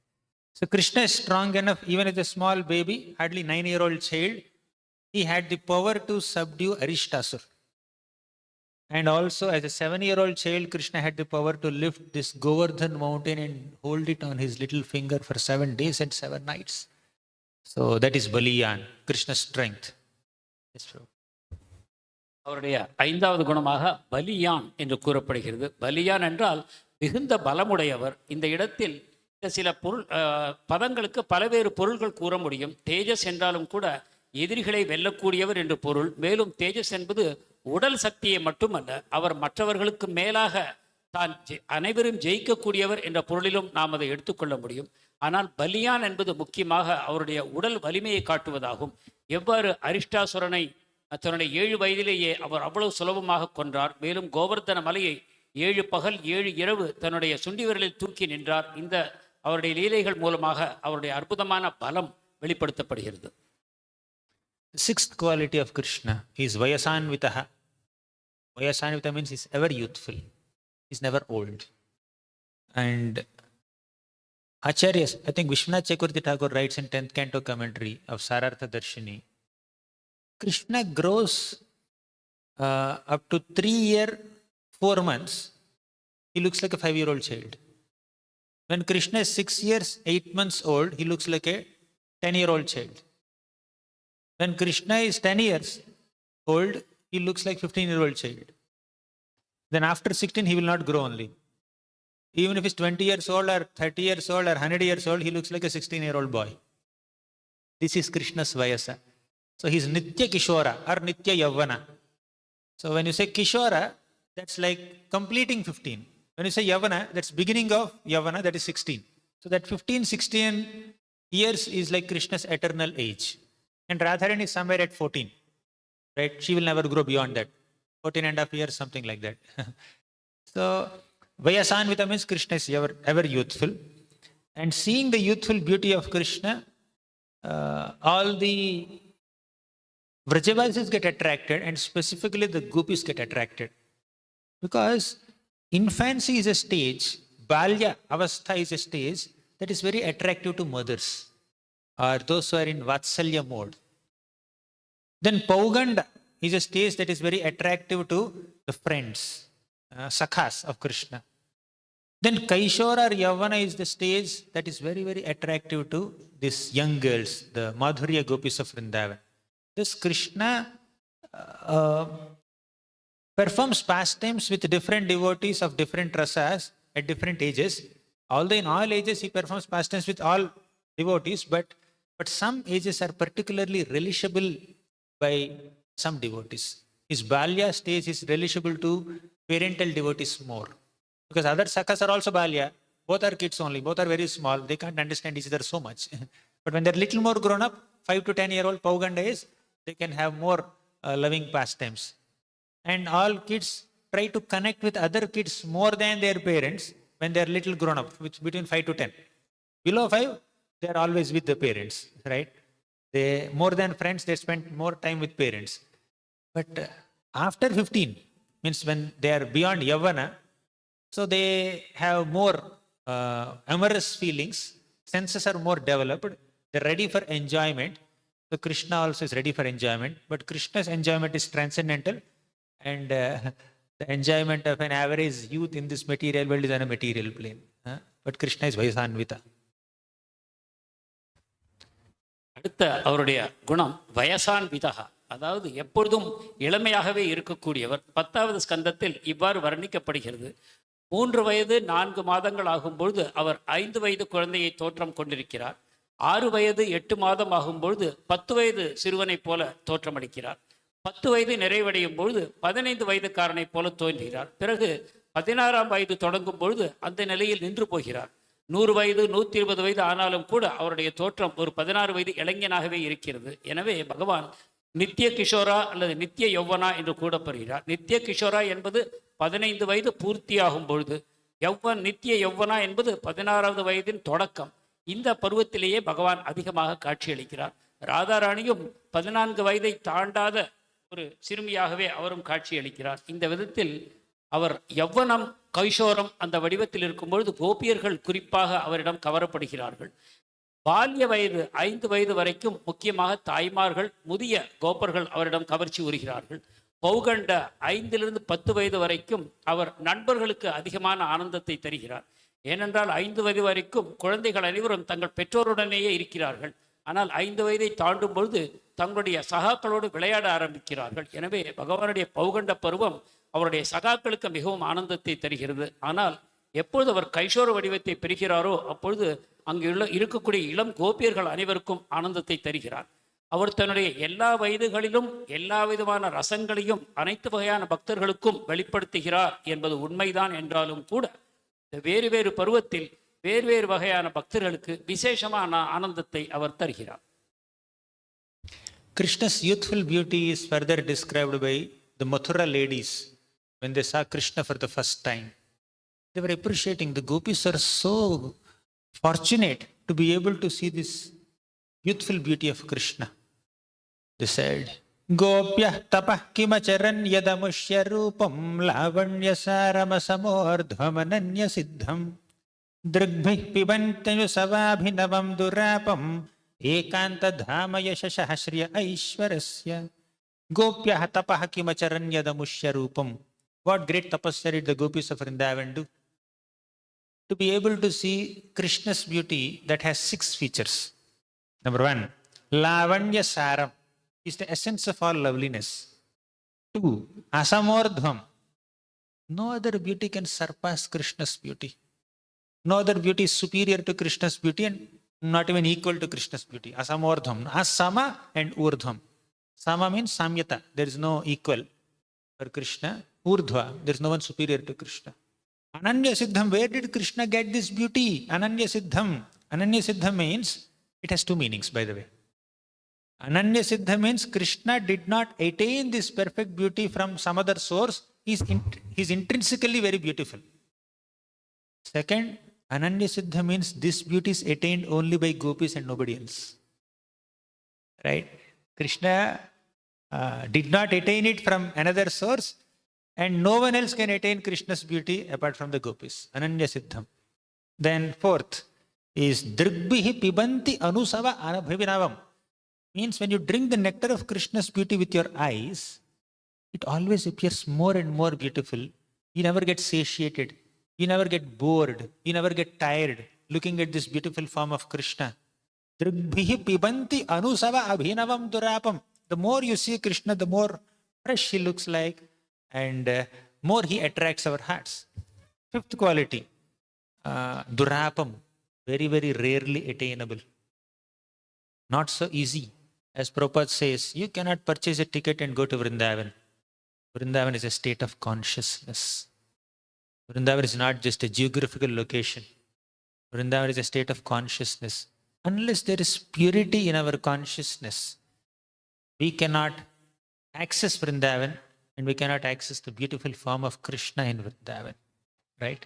That's what is mentioned, Durapam. Last quality. Ekanta dhama yashashah shriya aishwarasya. The 6th quality is Krishna Swami is the one and only abode of all opulences, not only beauty. Beauty is one opulence only. There are many other opulences. Krishna Swami is the source and abode of all opulences. These are the 6 qualities of Krishna's youthful beauty. மதுராவில் இருக்கக்கூடிய பெண்மணிகள் பகவானுடைய அற்புதமான வடிவத்தை பார்த்து இந்த விதமாக கூறுகிறார்கள்.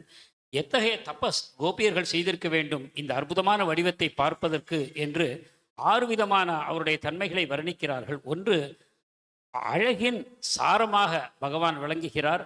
அவருடைய அழகு வேறு யாராலும் அதை வெல்ல முடியாது. அசம ஊர்துவா, அவருக்கு இணையாகவும் அவருக்கு மேலாகவும் யாரும் இல்லை என்பது. அடுத்தது அனன்ய சித்தம், அதாவது அவருடைய அழகை அவர் ஏதோ முயற்சி செய்து பெறவில்லை, அது இயல்பாகவே அவரிடம் அமைந்திருக்கிறது.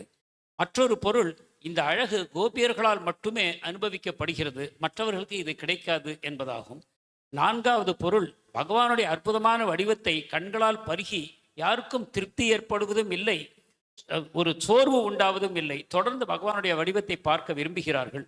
அடுத்தது துராப்பம், பகவான் கிடைப்பதற்கு அரியவர், தூய பக்தர்களால் மட்டுமே அடையப்படுபவர். பிரபுபாதர் கூறுவதைப் போல ஒரு டிக்கெட் வாங்குவதன் மூலமாக நீங்கள் பிருந்தாவனத்தை அடைந்துவிட முடியாது, உங்கள் மன தூய்மையின் மூலமாகவே உங்கள் இதயத்தில் நீங்கள் பிருந்தாவனத்தை பெற வேண்டும் என்று. அடுத்ததாக பகவானிடம் அனைத்து வகையான ஐஸ்வர்யங்களும் குடிகொண்டிருக்கின்றன என்பதாகும். இந்த வகையில் மதுராவில் இருக்கக்கூடிய பெண்மணிகள் பகவானை வர்ணிக்கிறார்கள். Next, Vividhadbhuta Bhashavit. Seventh quality of Krishna is Vividha Adbhuta Bhashavit, means he is aware of different languages. He's a wonderful linguist. Aware of different languages, not like he knows English also, Tamil also. Some of you know here in the audience. Not just human languages, he knows the languages of Devatas also. He knows the languages of birds also. He knows the languages of animals also. He can communicate with them also clearly. That is Vividhadbhuta Bhasha with Pakshi Bhasha also he knows. Pasu Bhasha also he knows. They have their own way of communicating with each other, and Krishna can connect with them also. Krishna can connect with monkeys also. Monkeys are like very dear associates of Krishna in Vrindavan. Cows are very dear associates of Krishna in Vrindavan. Krishna can connect with them. One example, Krishna Chakravarti Thakur says in the 10th canto commentaries, how Krishna communicates with the cows. There are so many people. There are so many people in this room. If you want to communicate, you need a mic and then you speak. And you speak in a specific language. Now here we are having two languages here. If there are people of multiple languages and they understand only one language, one who is communicating has to communicate in multiple languages, right? Sometimes announcements are made in 3 languages, right? Now, Krishna has millions of cows. Calling every single cow by her name is not possible. At the end of the day, Krishna had to call all these cows who are scattered all over the forest. Krishna has to call all of them. He would just climb on a tree and then he will call them. Calling every single name of every single cow is not possible. So Krishna has a bead bag, some beads. One mala is there with 108 beads. And he would call 108 groups of cows with these 108 beads. So all the hundreds and millions of cows that Krishna has can be divided into 108 groups. Each group has a specific name. And Krishna will call the group name and all the cows in that group will come. So how the groups are divided? 4 color shades. White, black, red, yellow. So 4 colors. White, red, black, yellow. And each color has 25 shades.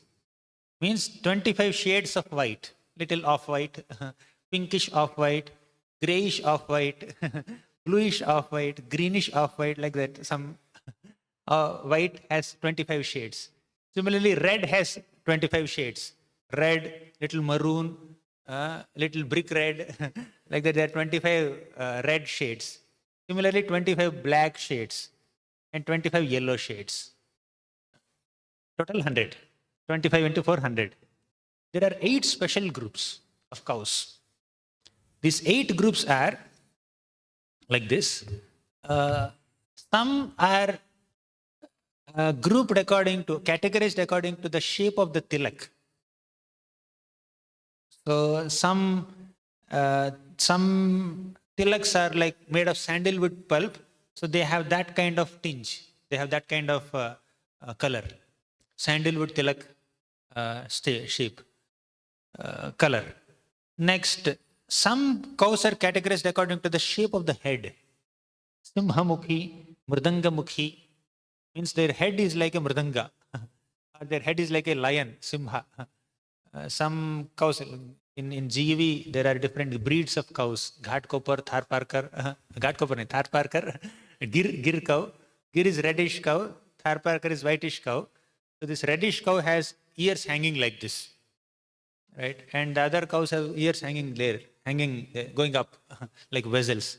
So different categories of cows. So Krishna would call these 8 special categories like that. Total 108 groups of cows. Krishna would just call Dhavali, Hamsi, then one more name is there. Chandini, Ganga, Mukta. Then all the white cows come there. He's calling the names of the subdivision. All 25 are not given, but some examples are given. Then he would call Aruni, Kunkuma, please come here. Then all the red group cows come. Then he would call Pita, Pingala, Haritaka, all the yellow group cows come. Then he will call Shyamala, Dhumla, Yamuna. Yamuna is black, Ganga is white. So all the black cows come. Then he will call Simhamukhi, Mridangamukhi. all those cows come. Like that, Krishna would call 108 groups of cows by chanting on his beads. That is his japa, 1 round in a day. Krishna chanting is 1 round. Okay. Yes, Prabhu. Vividh அத்புத பாஷாவித், அதாவது எண்ணிக்கையில் அடங்காத பாஷைகளை அறிந்தவர். அதாவது மனிதர்களுடைய பாஷைகள் மட்டுமல்ல, தேவதைகள், பறவைகள், விலங்குகள் இவற்றின் பாஷைகளையும் அவர் அறிந்தவர். அது மட்டுமல்லாமல் அந்தந்த பாஷையில் அவர்களோடு உரையாடல் செய்யவும் சக்தி படைத்தவர். உதாரணமாக குரங்குகள், பசுமாடுகள் இவற்றோடு அவர் உரையாடல் செய்வது அதிகமாக விளக்கப்பட்டிருக்கிறது சாஸ்திரங்களில். விஸ்வநாத் சக்கரவர்த்தி டாக்கூர் எவ்வாறு அவர் பசுமாடுகளை அழைப்பார் என்பதை வர்ணித்து கூறுகிறார். பகவானிடம் 108 முத்துக்கள் அடங்கிய ஒரு மாலை இருக்கிறது. அதில் இருக்கக்கூடிய ஒவ்வொரு முத்தும் ஒவ்வொரு வகையான பசுக்களை குறிப்பதாகும். பசுக்கள் 108 வகைகளில் இருக்கின்றன. அவற்றில் 4 முக்கியமான வகைகள் வெள்ளை நிறம் கொண்ட பசுக்கள், கருப்பு நிறம், சிவப்பு நிறம், மஞ்சள் நிறம் என்று 4 வகையாக பிரிக்கப்பட்டிருக்கின்றன. ஒவ்வொரு வகையிலும் 25 வண்ணங்கள் அவற்றுக்குள் அடங்கி இருக்கின்றன. அந்த விதத்தில் 4 × 25 100 வகைகள் ஆகும். அதற்கும் மேலாக 8 விசேஷ வகையான பசுக்கள். அவை நெற்றியில் இருக்கக்கூடிய திலகத்தின் வடிவத்தை பொறுத்து அல்லது அவற்றின் முகங்களின் அமைப்பை பொறுத்து அந்த 8 விசேஷமான வடிவங்கள் இருக்கின்றன. இந்த ஒவ்வொரு குழுவுக்கும் ஒரு பெயர் இருக்கிறது. இந்த 108 பெயர்களை சொல்லி பகவான் அழைக்கும் பொழுது அந்தந்த குழுவைச் சேர்ந்த பசுக்கள் வந்து சேருகின்றன. இந்த விதத்தில் பகவான் ஒவ்வொரு தினமும் ஒரு மாலை ஜபம் செய்கிறார், அந்த 108 பசுக்களின் பெயர்களை சொல்லி. Hare Krishna. Then 8th quality of Krishna is Satyavakya. Satyavakya means he is always truthful. He can speak some lies also, that he has not stolen butter. That's different. That's a part of pastime. But generally Satyavakya. He is very truthful. He sticks to his words. Whatever promises he gives, he will fulfill them. He fails also sometimes. Like he said, Ye yathamam prapadyanti tam sataiva bhajamyaham. The way you approach me, I will reciprocate with you in a similar way. But in the case of gopis, I can't reciprocate with you. I don't have the ability to reciprocate with you. Naparayeham niravadya samyujam. It's beyond my capacity to sufficiently reciprocate with you, Krishna said. So these are exceptions. These are part of rasa. But as far as Siddhanta is concerned, Tattva is concerned, he is always truthful. Krishna is absolute truth. Whatever he speaks is absolute truth. But there are exceptions as a part of Leela. Right? So, Satyavakya. Rupa Goswami gives 2 examples. Number 1, the example that he gave, the promise he gave to Kunti Mata. Kunti Maharani was always conscious or concerned about her sons. Krishna said, my dear Kunti, I will definitely protect all your 5 sons in the Kurukshetra war. I will ensure that no calamity, no danger or no warrior will be able to attack them. They will survive. Not only they will survive, they will thrive in this Kurukshetra battle. This is my promise to you. Your children are always protected. He fulfilled that promise. Once Krishna, Arjun and Bhima, 3 of them disguised themselves as Brahmanas and went to Jarasandha. And Jarasandha saw them dressed like Brahmanas. And anyways, he has to offer charity. He said, I am promising you whatever charity you want, you take. But Jarasandha also noticed there are some marks of bowstrings on their shoulders. And overall their body built is like Kshatriyas and not like simple Brahmanas. So he thought that they are in disguise. I must have seen them somewhere. I must have met them somewhere. Krishna immediately, before even Bhima fought with Jarasandha, Krishna revealed the news. Krishna said, oh Jarasandha, here is Bhima and here is Arjun. And I am Krishna, your favorite enemy. Who defeated you 17 times. 18th time I ran away just to my kingdom, not out of fear of you, but still you thought that you are victorious. That's your problem. Anyways, he revealed the truth openly, and then he enabled Jarasandha and Bhima to fight, and you know what happened later. Basically, his truthfulness is recognized there. Right? Krishna doesn't have to hide. Even if he hides something, that's only a part of Leela, just to attract our attention to the Leela. Therefore he hides. or he kind of keeps some things confidential or secret when we are not qualified to understand them. But he's always truthful, he's always transparent as much as required for him to be transparent, right? No reservations. So eighth quality is Satyavakya, truthful. எட்டாவது குணம் சத்திய வாக்கியம். பகவான் எப்பொழுதும் பொய் சொல்லாதவர், எப்பொழுதும் நேர்மையானவர், வெளிப்படையானவர், ஒளிவு மறைவு இல்லாதவர். அவருடைய இந்த குணங்களிலிருந்து அவர் நழுவுகிறார் என்றால் அது ரசத்திற்காக. தத்துவத்தின்படி அவர் என்ன சொல்கிறாரோ அதுதான் சத்தியமாகும். கோபியர்களிடம் சில சமயம் தோற்று போகிறார். ஏதாமாம் பிரபத்தியந்தே என்று சொன்னது கோபியர்கள் விஷயத்தில் அது பலிக்கவில்லை. அதே போல தன்னுடைய தாயிடம் நான் மண்ணை தின்னவில்லை என்கிறார், ஆனால் உண்மையில் தின்றிருக்கிறார். இந்த விதத்தில் அவர் பொய் சொல்வது ரசத்தை அதிகரிப்பதற்காகவே தவிர அவர் பொய் சொல்பவர் என்பது அல்ல. அவருடைய உண்மையான தன்மைக்கு இரண்டு உதாரணங்கள் சொல்லலாம். ஒன்று, குந்தி மகாராணியிடம் அவர் சத்தியம் செய்து கொடுத்தார், உன்னுடைய குழந்தைகளை மகாபாரத யுத்தத்தில் எந்த ஆபத்தும் வராமல் பாதுகாப்பேன், அவர்கள் நல்லபடியாக உன்னிடம் திரும்பி வருவார்கள், அவர்கள் இன்னும் தழைத்து வாழ்வார்கள் என்று சத்தியம் கொடுத்ததை காப்பாற்றினார்.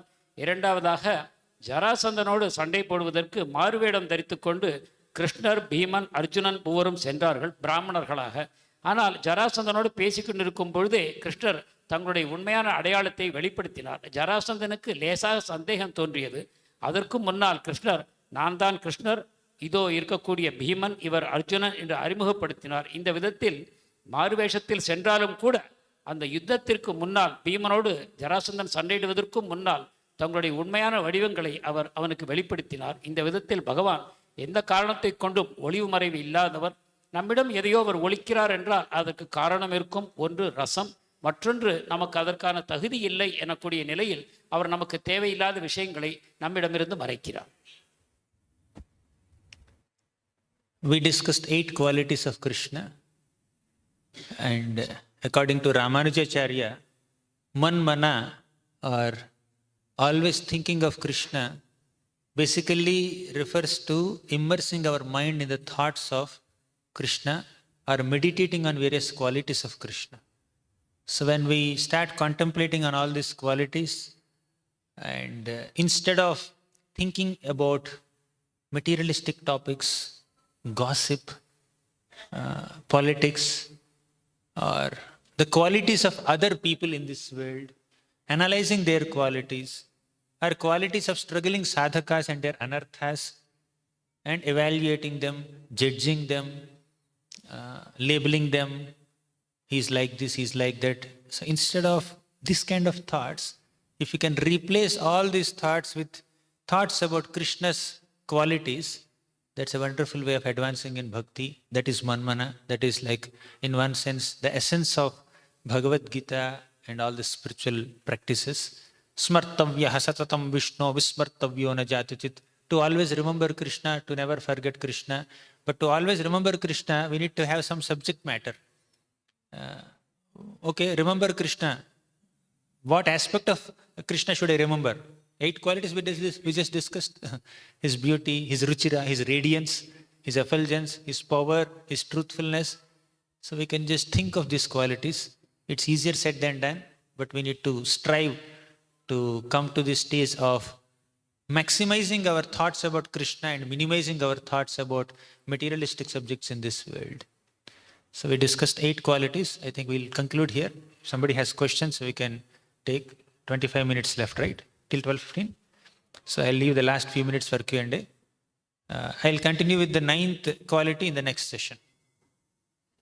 மன்மனா என்று முக்கியமான சாரமாக பகவத்கீதையில் நாம் பார்க்கிறோம். எப்பொழுதும் பகவானை நாம் நினைவில் கொள்ள வேண்டும் என்பது. எவ்வாறு நினைவில் கொள்வது என்றால், இப்போது நாம் பார்த்த இந்த 8 குணங்கள் இருக்கின்றன. இந்த பகவானுடைய அருமையான குணங்களில் நம் மனத்தை செலுத்துவதன் மூலமாக பகவானை நாம் நினைவில் கொள்ளலாம். அவ்வாறு நாம் செய்யாவிட்டால் பௌதிகமான விஷயங்களில் நம் மனம் சிதறிப்போகும். மற்றவர்களை பற்றி விமர்சனம் செய்வது, மற்றவர்களை குறைகளை பார்ப்பது, சீர்தூக்கி பார்ப்பது போன்ற தேவையற்ற விஷயங்களில் நம் மனம் ஈடுபட்டு போகும். அதை தவிர்ப்பதற்கு பகவானுடைய இந்த அற்புதமான குணங்களில் நம் மனத்தை ஈடுபடுத்த செய்யலாம். இவ்வாறு நாம் 8 குணங்களை இப்பொழுது பார்த்தோம். இதோடு இன்று நிறைவு செய்கிறோம். யாருக்காவது கேள்விகள் இருக்குமானால் அவற்றை இப்பொழுது கேட்கலாம். Any questions, comments?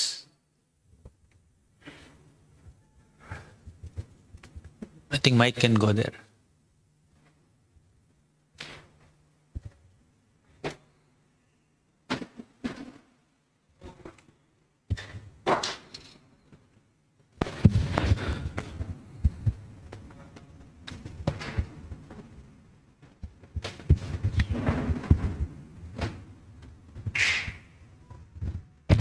Hare Krishna Prabhuji, very wonderful lecture. My question is, out of 65 qualities, which is the best one?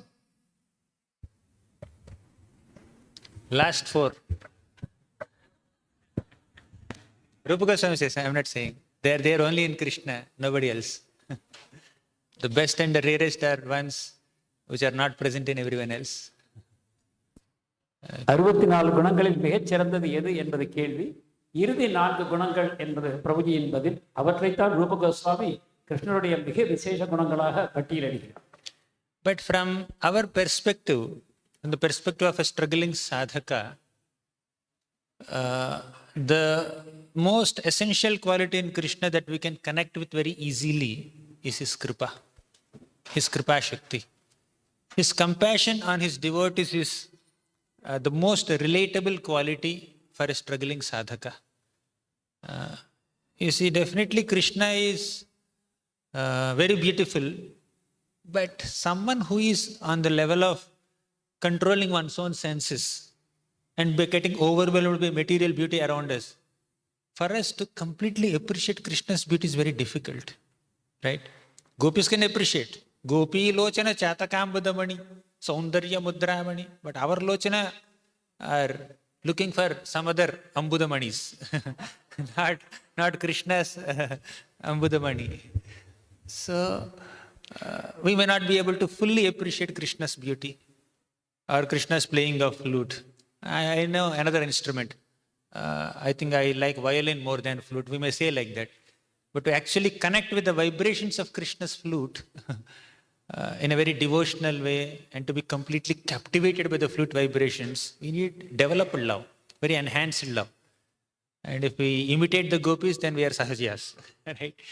So some aspects of Krishna's beauty are relishable and relatable and digestible only to very advanced devotees.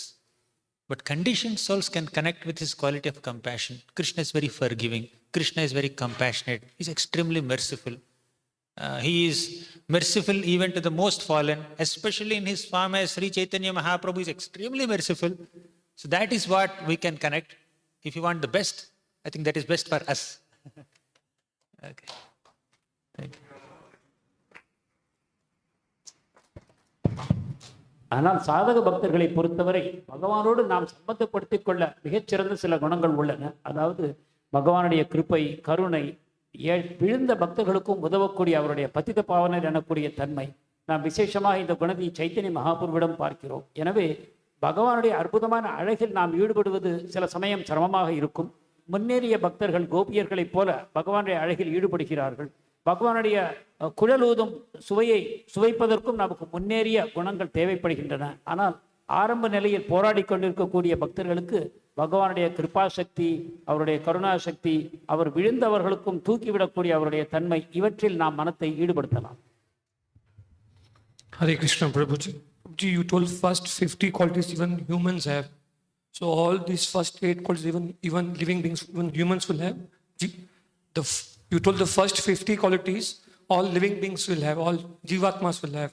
So these 8 qualities even jivatmas will have, like, marks in the body, very radiant, lotus-like face, very pleasing. So even living beings, even the jivatmas will have? To some degree, not completely, to some degree. Not to the fullest. Not to the fullest extent at all. Okay, thank you. Last 14, even to some degree also we can't have. That 5 Shiva, 5 Vishnu and 4. Yeah, that we cannot have. That's like being the source of all planets. A jiva cannot. Right? But these, okay, 8th, Satya Vakya. Yes, we can also be truthful to some degree at least.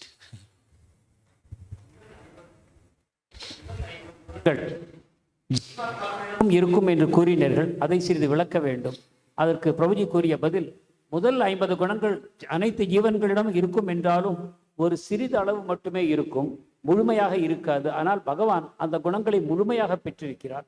ஆனால் இறுதியில் கூறக்கூடிய அந்த விசேஷமான 14 குணங்கள் ஜீவாத்மாக்களுக்கு மேற்பட்ட பரமேஸ்வரன், அவர் விஷ்ணு மற்றும் கிருஷ்ணனிடம் மட்டுமே அமைந்திருக்கின்றன. எனவே முதலில் கூறிய 50 குணங்கள் ஒரு சிறிதளவு அனைத்து ஜீவாத்மாக்களிடமும் வெளிப்படும் வாய்ப்பு இருக்கிறது. Also regarding the previous question, For a struggling sadhaka or a conditioned soul, definitely Krishna's mercy is more relatable. But from Krishna's perspective also, his mercy upon conditioned soul is definitely great. But his mercy upon even his advanced devotees is also one of his best qualities. Acharyas say that Krishna has so many qualities and so many opulences. Like he can create this world, maintain this world, destroy this world and do anything. Kill demons, protect devotees, establish dharma, teach dharma, dharmam tu sakshat bhagavat pranitam. But apart from all these qualities, Krishna's desire and Krishna's intention and Krishna's eagerness to reciprocate with the particular mood of a specific devotee stands the topmost of all his qualities. Krishna shows his maximum opulence in reciprocating with the devotees according to their mood than in creating this universe and maintaining this universe and destroying this universe. Right? Like Krishna was sitting in this middle of concentric circles. All the gopas on the bank of Yamuna made so many circles for their meals, and Krishna sat right in middle. As all of us know, every single gopa, whether they are right in front of Krishna or behind Krishna, or like 10 circles away from Krishna, they are all perceiving that Krishna is sitting right in front of me and eating the food that I am feeding and feeding me also. So every single gopa, however far they are from Krishna, got this experience of directly seeing Krishna face to face. This is Krishna's mercy. To be able to reciprocate with all the devotees according to their mood is Krishna's topmost quality. Even Brahma describes this. His Holiness Bhakti Prachar Parivrajak Maharaj is going to describe Brahma Mohan Leela very soon. We'll hear from him more details. But Acharyas also say that Krishna's eagerness to reciprocate with his devotees stands as one of his topmost qualities. In comparison to all the other qualities, this is supreme actually. Right? He is subdued by, he is controlled by, he is captivated by the affection of his devotees. To please them, he can compromise on his own personal characters also. That's what we see in Damodar Leela, Bhakta Vashyata. He relinquishes all his other opulences to show this opulence of how he is being controlled by his devotees. That is topmost quality of Krishna. பகவானுடைய கருணையை பற்றி கூறும்பொழுது சாதக பக்தர்கள் தியானம் செய்வதற்கு பகவானுடைய இந்த கருணை மிக உகந்தது என்று கூறினோம். ஆனால் சாதக பக்தர்களுக்கு மட்டுமல்ல, மிக முன்னேறிய பக்தர்களுக்கும் கூட இந்த குணம் மிக விசேஷமானது என்பதை ஆச்சாரியர்கள் பல வகையில் விளக்குகிறார்கள். கிருஷ்ணனுடைய கண்ணோட்டத்திலிருந்து பார்ப்போமானாலும் கூட ஒவ்வொரு பக்தருக்கும் கிருஷ்ணரோடு இருக்கக்கூடிய விசேஷமான உறவை எந்த விதத்தில் பரிமாற்றம் செய்வது என்பதில் கிருஷ்ணர் மிகவும் கவனம் செலுத்துகிறார். இதற்கு ஏராளமான உதாரணங்கள் உள்ளன. ஒன்று, பகவான் கோபர்களோடு உணவருந்தும் பொழுது அந்த பிருந்தாவனத்தில் பல வட்டங்களாக கோபர்கள் கிருஷ்ணரை சூழ்ந்து அமர்ந்திருக்கிறார்கள். ஆனால் கிருஷ்ணருக்கு பின்னால் அமர்ந்திருக்கக்கூடிய கோபர், கிருஷ்ணரிடமிருந்து வெகு தூரத்தில் இருக்கக்கூடிய கோபர் அனைவரும் கூட கிருஷ்ணர் நேரடியாக தன்மேல் பார்வை செலுத்துவதை உணர்கிறார்கள். இது பகவானுடைய இந்த கிருபா சக்தியை நமக்கு வெளிப்படுத்துகிறது. ஒவ்வொரு பக்தரோடும் தனித்தனியாக அவரவருக்கு ஏற்ற விதத்தில் அன்பை பரிமாறுவதில் கிருஷ்ணர் மிகவும் கவனம் செலுத்துகிறார். எனவே இந்த குணத்தை நாம் தியானம் செய்வது நமக்கு மிகவும் உகந்தது. Lord Brahma says, Tvam bhakti yoga paribhavita hrit saroja asye sritikshita patho nanunatha pumsam yadyadhyata urugaya vibhavayanti tattatvapuhu pranayase sadanugrahaya yadyad dhyata urugaya vibhavayanti. The mood in which a devotee approaches Krishna and worships Krishna, tattadvapuhu pranayase sadanugrahaya. In those moods, in those forms, Krishna will reciprocate with them. That is topmost quality of Krishna. Okay. கிருஷ்ணரிடம் செய்யக்கூடிய அவருடைய பிரார்த்தனையில் இந்த குணத்தை விசேஷமாக ஸ்லாகித்து கூறுகிறார். அதாவது கிருஷ்ணரை எந்த ஒரு குறிப்பிட்ட பாவத்தில் ஒரு பக்தர் அவருக்கு தன்னுடைய உறவை வளர்த்து கொள்கிறாரோ அதே விதத்தில் அவருக்கு அன்பு பரிமாற்றம் செய்வதில் கிருஷ்ணர் மிகவும் வல்லவர் என்பதை பிரம்மதேவர் மிகவும் உயர்த்தி பேசுகிறார். Any other question? Hare Krishna Prabhuji. This quality of Satya Vakya you gave two examples. So from that example, we understand that he gave a promise and he fulfilled that promise in the first one, and in the second one, he revealed the truth. So like that, we can consider Bhagavad Gita. His statements are all truthful because that is the absolute truth, non-different from him. You're asking? I'm asking a Stating. question, yes. Bhagavad Gita can also be considered Satyavakya of the Lord. Bhagavad Gita is all truthful, but why? What is the mood or underlying nuance behind this question? You're saying, is Bhagavad Gita truthful completely? No, I'm saying that same, we can also consider Bhagavad Gita also as Satyavakya. Yes. So the past times, we can see from past times, Lord makes promises. Similarly, whatever statements he makes are also considered. Bhagavad Gita is definitely Satya Vakya, but every Vakya is not the final, conclusive, categorical message of Krishna. He's building up. The conclusion is Satya. Now somebody will say that in the second chapter of Bhagavad Gita, from 31st shloka onwards, Krishna spoke Sakama Karma. Arjuna, you said you will incur sin by fighting in this war, and even if you become victorious in this war, you will not be enjoying. That's what is your argument in the first chapter. I have a counter argument for you. In this war, even if you lose, you will enjoy. If you win, you will anyways enjoy. Even if you lose also, you will enjoy. If you win the war, you will enjoy the Hastinapur kingdom. If you lose and die in this war, you will enjoy heavenly opulences. So enjoyment is guaranteed. But if you avoid this war, you will incur the sinful reaction of not doing your duty. But the enjoyment guaranteed. Even if you die also, you will get a Swargaloka. But even kids in our online class, they say, why Krishna is saying you will go to Swargaloka, we have to go to Goloka, right? So in that sense, it is not Satyavakya. But just to motivate Arjuna to fight, Krishna is giving this argument. Even from this perspective, you have to fight. That's the point.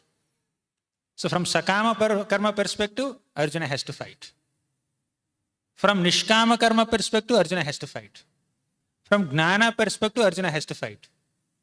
But these are not the right or ultimate perspectives. From Bhakti perspective, Arjuna has to fight. Right? What is that Bhakti perspective? Krishna descended on this planet to establish dharma, to protect devotees, and to punish vicious, paritranaya sadhuna, vinashaya cha dushkritam, dharma samsthapanarthaya. And he personally did all this. He accomplished these purposes personally. Now he is expecting the Pandavas and especially Arjuna to assist him in accomplishing this purpose. To serve him, to assist him. Assisting Krishna is the supreme dharma. Serving Krishna is the supreme dharma. Savai pumsam paro dharma. From that perspective also Arjuna has to fight. Of these four perspectives, Sakama perspective, Nishkama perspective, Gnana perspective, Bhakti perspective, fighting is common. So Krishna wanted to bring Arjuna to this level. All the other substandard statements that Krishna has made is only to come to this conclusion. But these three are not the ultimate truths. When you say Satyavakya, yes, when Krishna, did Krishna mean it? Okay, you fight to enjoy in heavenly planets. That's not Krishna's conclusive message. But it's a part of establishing the truth. He's on the way. Every shloka may not establish the ultimate truth, but every shloka is paving the way to establish the ultimate truth. In that sense, Satyavakya. சத்தியவாக்கியா என்ற பகவானுடைய ஒரு குணம் கூறப்பட்டது. அவர் பொய் சொல்லாதவர், சொன்ன வார்த்தை தவறாதவர் என்று கூறப்பட்டது. இந்த விதத்தில் பகவத்கீதையும் நாம் சத்தியவாக்கியம் என்று எடுத்துக்கொள்ளலாம் அல்லவா என்பது கேள்வி. அதற்கு பிரபுஜி சொன்ன பதில், பகவத்கீதை இறுதியில் சத்தியவாக்கில் சென்று முடிகிறது. ஆனால் அதன் ஒவ்வொரு ஸ்லோகத்தையும் சத்தியவாக்கு என்று எடுத்துக்கொள்ள முடியாது. பகவான் படிப்படியாக அர்ஜுனனை ஒரு தாழ்ந்த நிலையிலிருந்து மிக உன்னதமான நிலைக்கு அழைத்துச் செல்கிறார். உதாரணமாக, யுத்தம் செய்ய மாட்டேன் என்று கூறிய அர்ஜுனனுக்கு யுத்தம் செய்வதற்கு பலவித காரணங்களை கூறுகிறார். ஒன்று, யுத்தம் செய்து நீ ஜெயித்தால் நீ சொர்க்கலோகத்துக்கு சென்று சுகத்தை அனுபவிக்கலாம். இறந்து போனால் நீ சொர்க்கலோகத்துக்கு செல்வாய். ஜெயித்தால் இந்த ராஜ்யத்தை பெறுவாய். இந்த விதத்தில் நீ யுத்தம் செய்வது உன்னுடைய கடமை என்று பகவான் கூறுகிறார். ஆனால் இவை அனைத்தும் சகாம கர்ம, நிஷ்காம கர்ம மற்றும் ஞான யோகா இந்த அடிப்படைகளில் கூறப்பட்டது. இவை சத்திய வாக்கியம் என்று கூற முடியாது. ஆனால் இறுதியில் பக்தியின் அடிப்படையிலும் நீ யுத்தம் செய்வது உன் கடமையாகும். ஏனென்றால் பகவான் தோன்றியதற்கு காரணம் அசுரர்களை அழிப்பதாகும். அந்த வகையில் பகவானுக்கு துணை செய்வதற்காகத்தான் அர்ஜுனன் தோன்றியிருக்கிறார். எனவே பகவானுடைய விருப்பம் யுத்தம் என்றால் அந்த யுத்தம் செய்வது அர்ஜுனனுடைய கடமையாகுது. இந்த விதத்தில் பக்தி அடிப்படையில் பகவானுக்கு சேவை செய்ய வேண்டும் என்ற விதத்திலும் கூட அர்ஜுனன் யுத்தம் செய்வதுதான் அவசியம். எனவே நிஷ்காம, சகாம, ஞான, பக்தி இந்த 4 அடிப்படைகளிலும் அர்ஜுனன் யுத்தம் செய்ய வேண்டும் என்பதுதான் நியதி. முதலில் அந்த தாழ்ந்த காரணங்களை கூறிவிட்டு இறுதியில் அர்ஜுனனை உயர்த்தி அந்த உன்னதமான காரணத்தை பகவான் அவனுக்கு தெரிவிக்கிறார். இந்த விதத்தில் பகவத்கீதை இறுதியில் சத்திய வாக்கியத்தில் சென்று முடிகிறது. அதாவது பக்தி தான் உன்னதமான லட்சியம் என்று பகவத்கீதை முடிகிறது. So, Prabhuji, in that light, Srila Prabhupada's purports are amazing because Krishna is speaking, whatever he's speaking, but Prabhupada brings out that central point in almost each of his purports. Prabhupada starts giving the conclusion of Gita from beginning of Gita. Krishna builds it up slowly. Prabhupada says this is the essence. Because some people may just close the book after reading first chapter only. Even if they stop their reading in first chapter, they should get the essence. Not everybody may not have the patience to read up to 18th chapter. Okay. Yes, ma'am. ஆனால் பிரபுபாதருடைய பொழிப்புரை you can மிகவும் give விசேஷமானது. Mataji's also. கீதையின் இறுதி முடிவுகளை பிரபுபாதர் ஆரம்பத்திலிருந்தே மீண்டும் மீண்டும் நமக்கு தெரிவிக்கிறார். ஏனென்றால் சில பேர் முதல் அத்தியாயத்துக்கு பிறகு புத்தகத்தை மூடிவிடலாம். அவருக்கும் இறுதி உண்மை தெரிய வேண்டும் என்னும் காரணத்திற்காக பிரபுபாதர் ஆரம்பத்திலிருந்தே கீதையின் முடிவான விஷயங்களை நமக்கு தெரிவிக்கிறார். Thank you, Prabhuji. Prabhuji, I have 2 questions.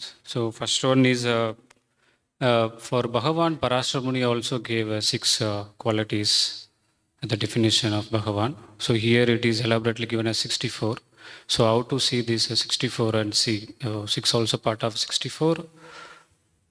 I said in the beginning, 64 are just some kind of shortlisted qualities. Krishna has unlimited qualities. Parashara Muni gave 6, Ramarjacharya gave 7, Mathura ladies gave 6, someone else will give 10, Rupa Goswami gave 64, someone else can give 124. Bhumi Mata, Mother Bhumi, in the first canto of Bhagavatam, in her conversation with Dharma Bull, she gave 40 qualities of Krishna. And Lord Chaitanya Mahaprabhu, I don't remember the number, but he gave a long list of qualities of Krishna plus 25 qualities of Radharani in his Siksha to Sanatana Goswami. Like that, in different contexts, different numbers are mentioned.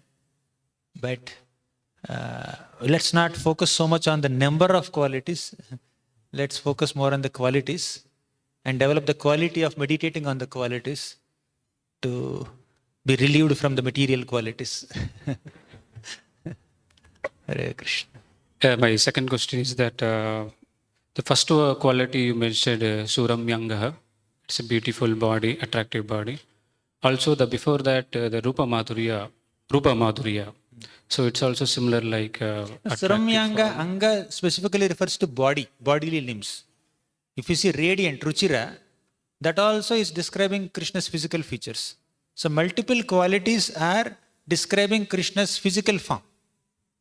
And multiple qualities are describing Krishna's heart and Krishna's interactions, Krishna's skills. So there is definitely overlap between these qualities. You can club 2, 3 into 1 also.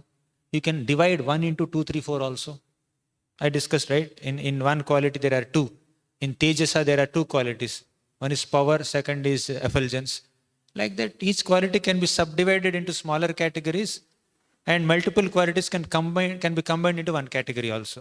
But the idea is to be Krishna conscious by meditating on these qualities. okay, thank you. கிருஷ்ணருடைய 64 குணங்கள் ரூப கோஸ்வாமியால் பட்டியலிடப்பட்டிருக்கின்றன. ஆனால் இதை தவிரவும் ஏராளமான குணங்கள் கோபியர்கள், பூமி தேவி, மதுராவில் இருக்கக்கூடிய ஸ்திரீகள் என்று பலவிதமான வர்ணனைகளை பட்டியல்களை தருகிறார்கள். எனவே இந்த குணங்களின் எண்ணிக்கை முக்கியமானதல்ல, மாறாக இந்த குணங்களை பற்றி நாம் எண்ணுவது, அதை மனத்தில் தியானம் செய்து பௌதிக குணங்களின் மேல் நம்முடைய கவனத்தை திருப்பி ஆன்மீகமான பகவானுடைய குணங்களில் மனத்தை செலுத்துவதையே நம்முடைய லட்சியமாக கொள்ள வேண்டும். உண்மையில் பகவானுடைய குணங்கள் எண்ணிக்கையில் அடங்காதவை. Hare Krishna, Prabhuji. Dandavad Pranam. Thank you so very much for the wonderful narration. Prabhuji, my question is that you said 2 moons. So in the planetary system, yes, you gave us the example of 2 moons as a symbolic 2 chamaras. But what are these 2 moons? Is it waxing and waning?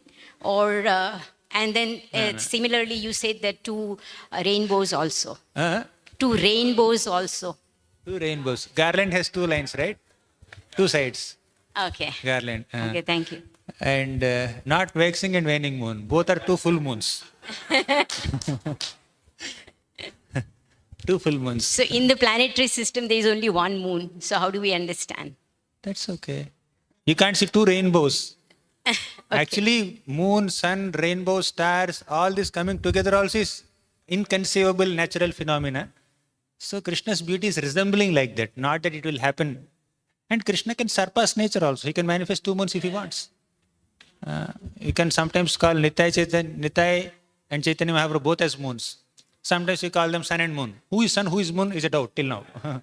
But sometimes both can be moons, both can be suns. It's all comparisons. Thank you so very much. Thank you. Hare Krishna. You can just relish, not analyze. You want to translate? It's clear. பகவானுடைய தோற்றத்தில் 2 நிலவுகள் என்று கூறப்பட்டது. இது பௌதிக உலகத்தில் சாத்தியமில்லை என்றாலும் கூட பகவான் ஆன்மீகமானவர் என்ற காரணத்தினால் மேகங்கள், 2 வானவில்கள், 2 நிலவுகள் மற்றும் மின்னல் இவை அனைத்தும் ஒரே சமயத்தில் தோன்றுவது என்பது பௌதிக சாத்தியமில்லை என்றாலும் பகவானிடம் அனைத்தும் ஒருங்கே அமைந்திருக்கின்றன. When is next class, bro? It's 12:15. 12? 12:30. Okay. Hare Krishna, Prabhu. Thank you very much. That regarding the qualities, actually limitless, endless qualities. So 64 qualities only we can able to perceive regarding in material like that. We can understand our in material only that infinite qualities we can perceive like that.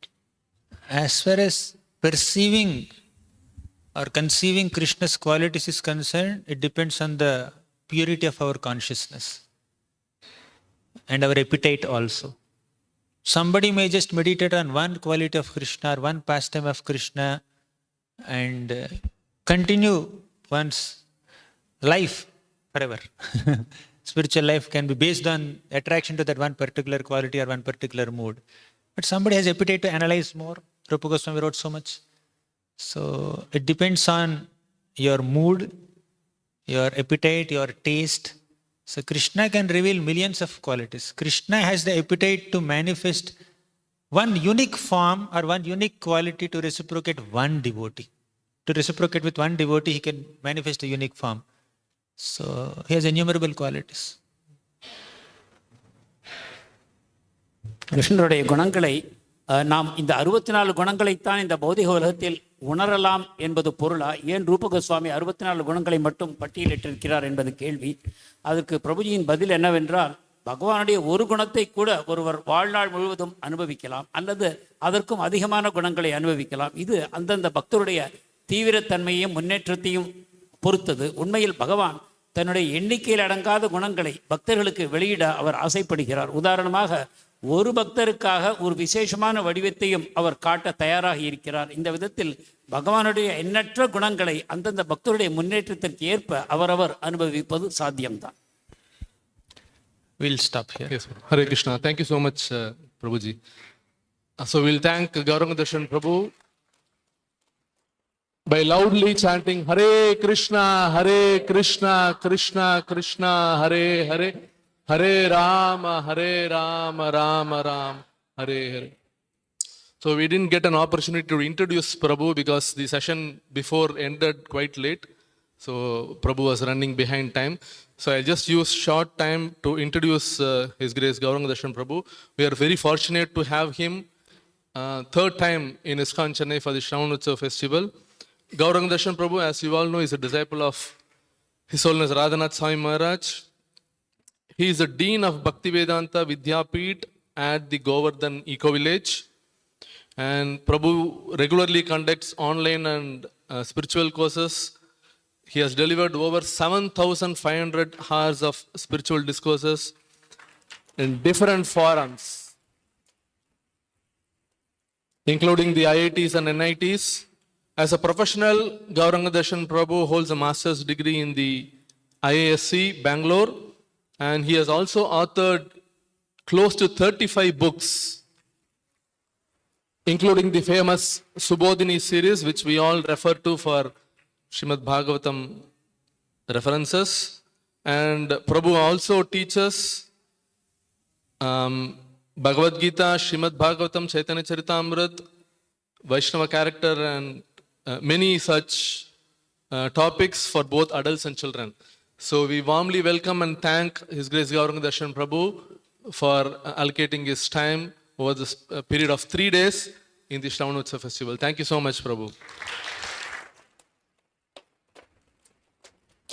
So we'll have a short bio break. We will resume back again at 12:30. We'll have the session of His Holiness Bhakti Prachar Parivrajak Maharaj. We'll see you after 10 minutes. Hare Krishna.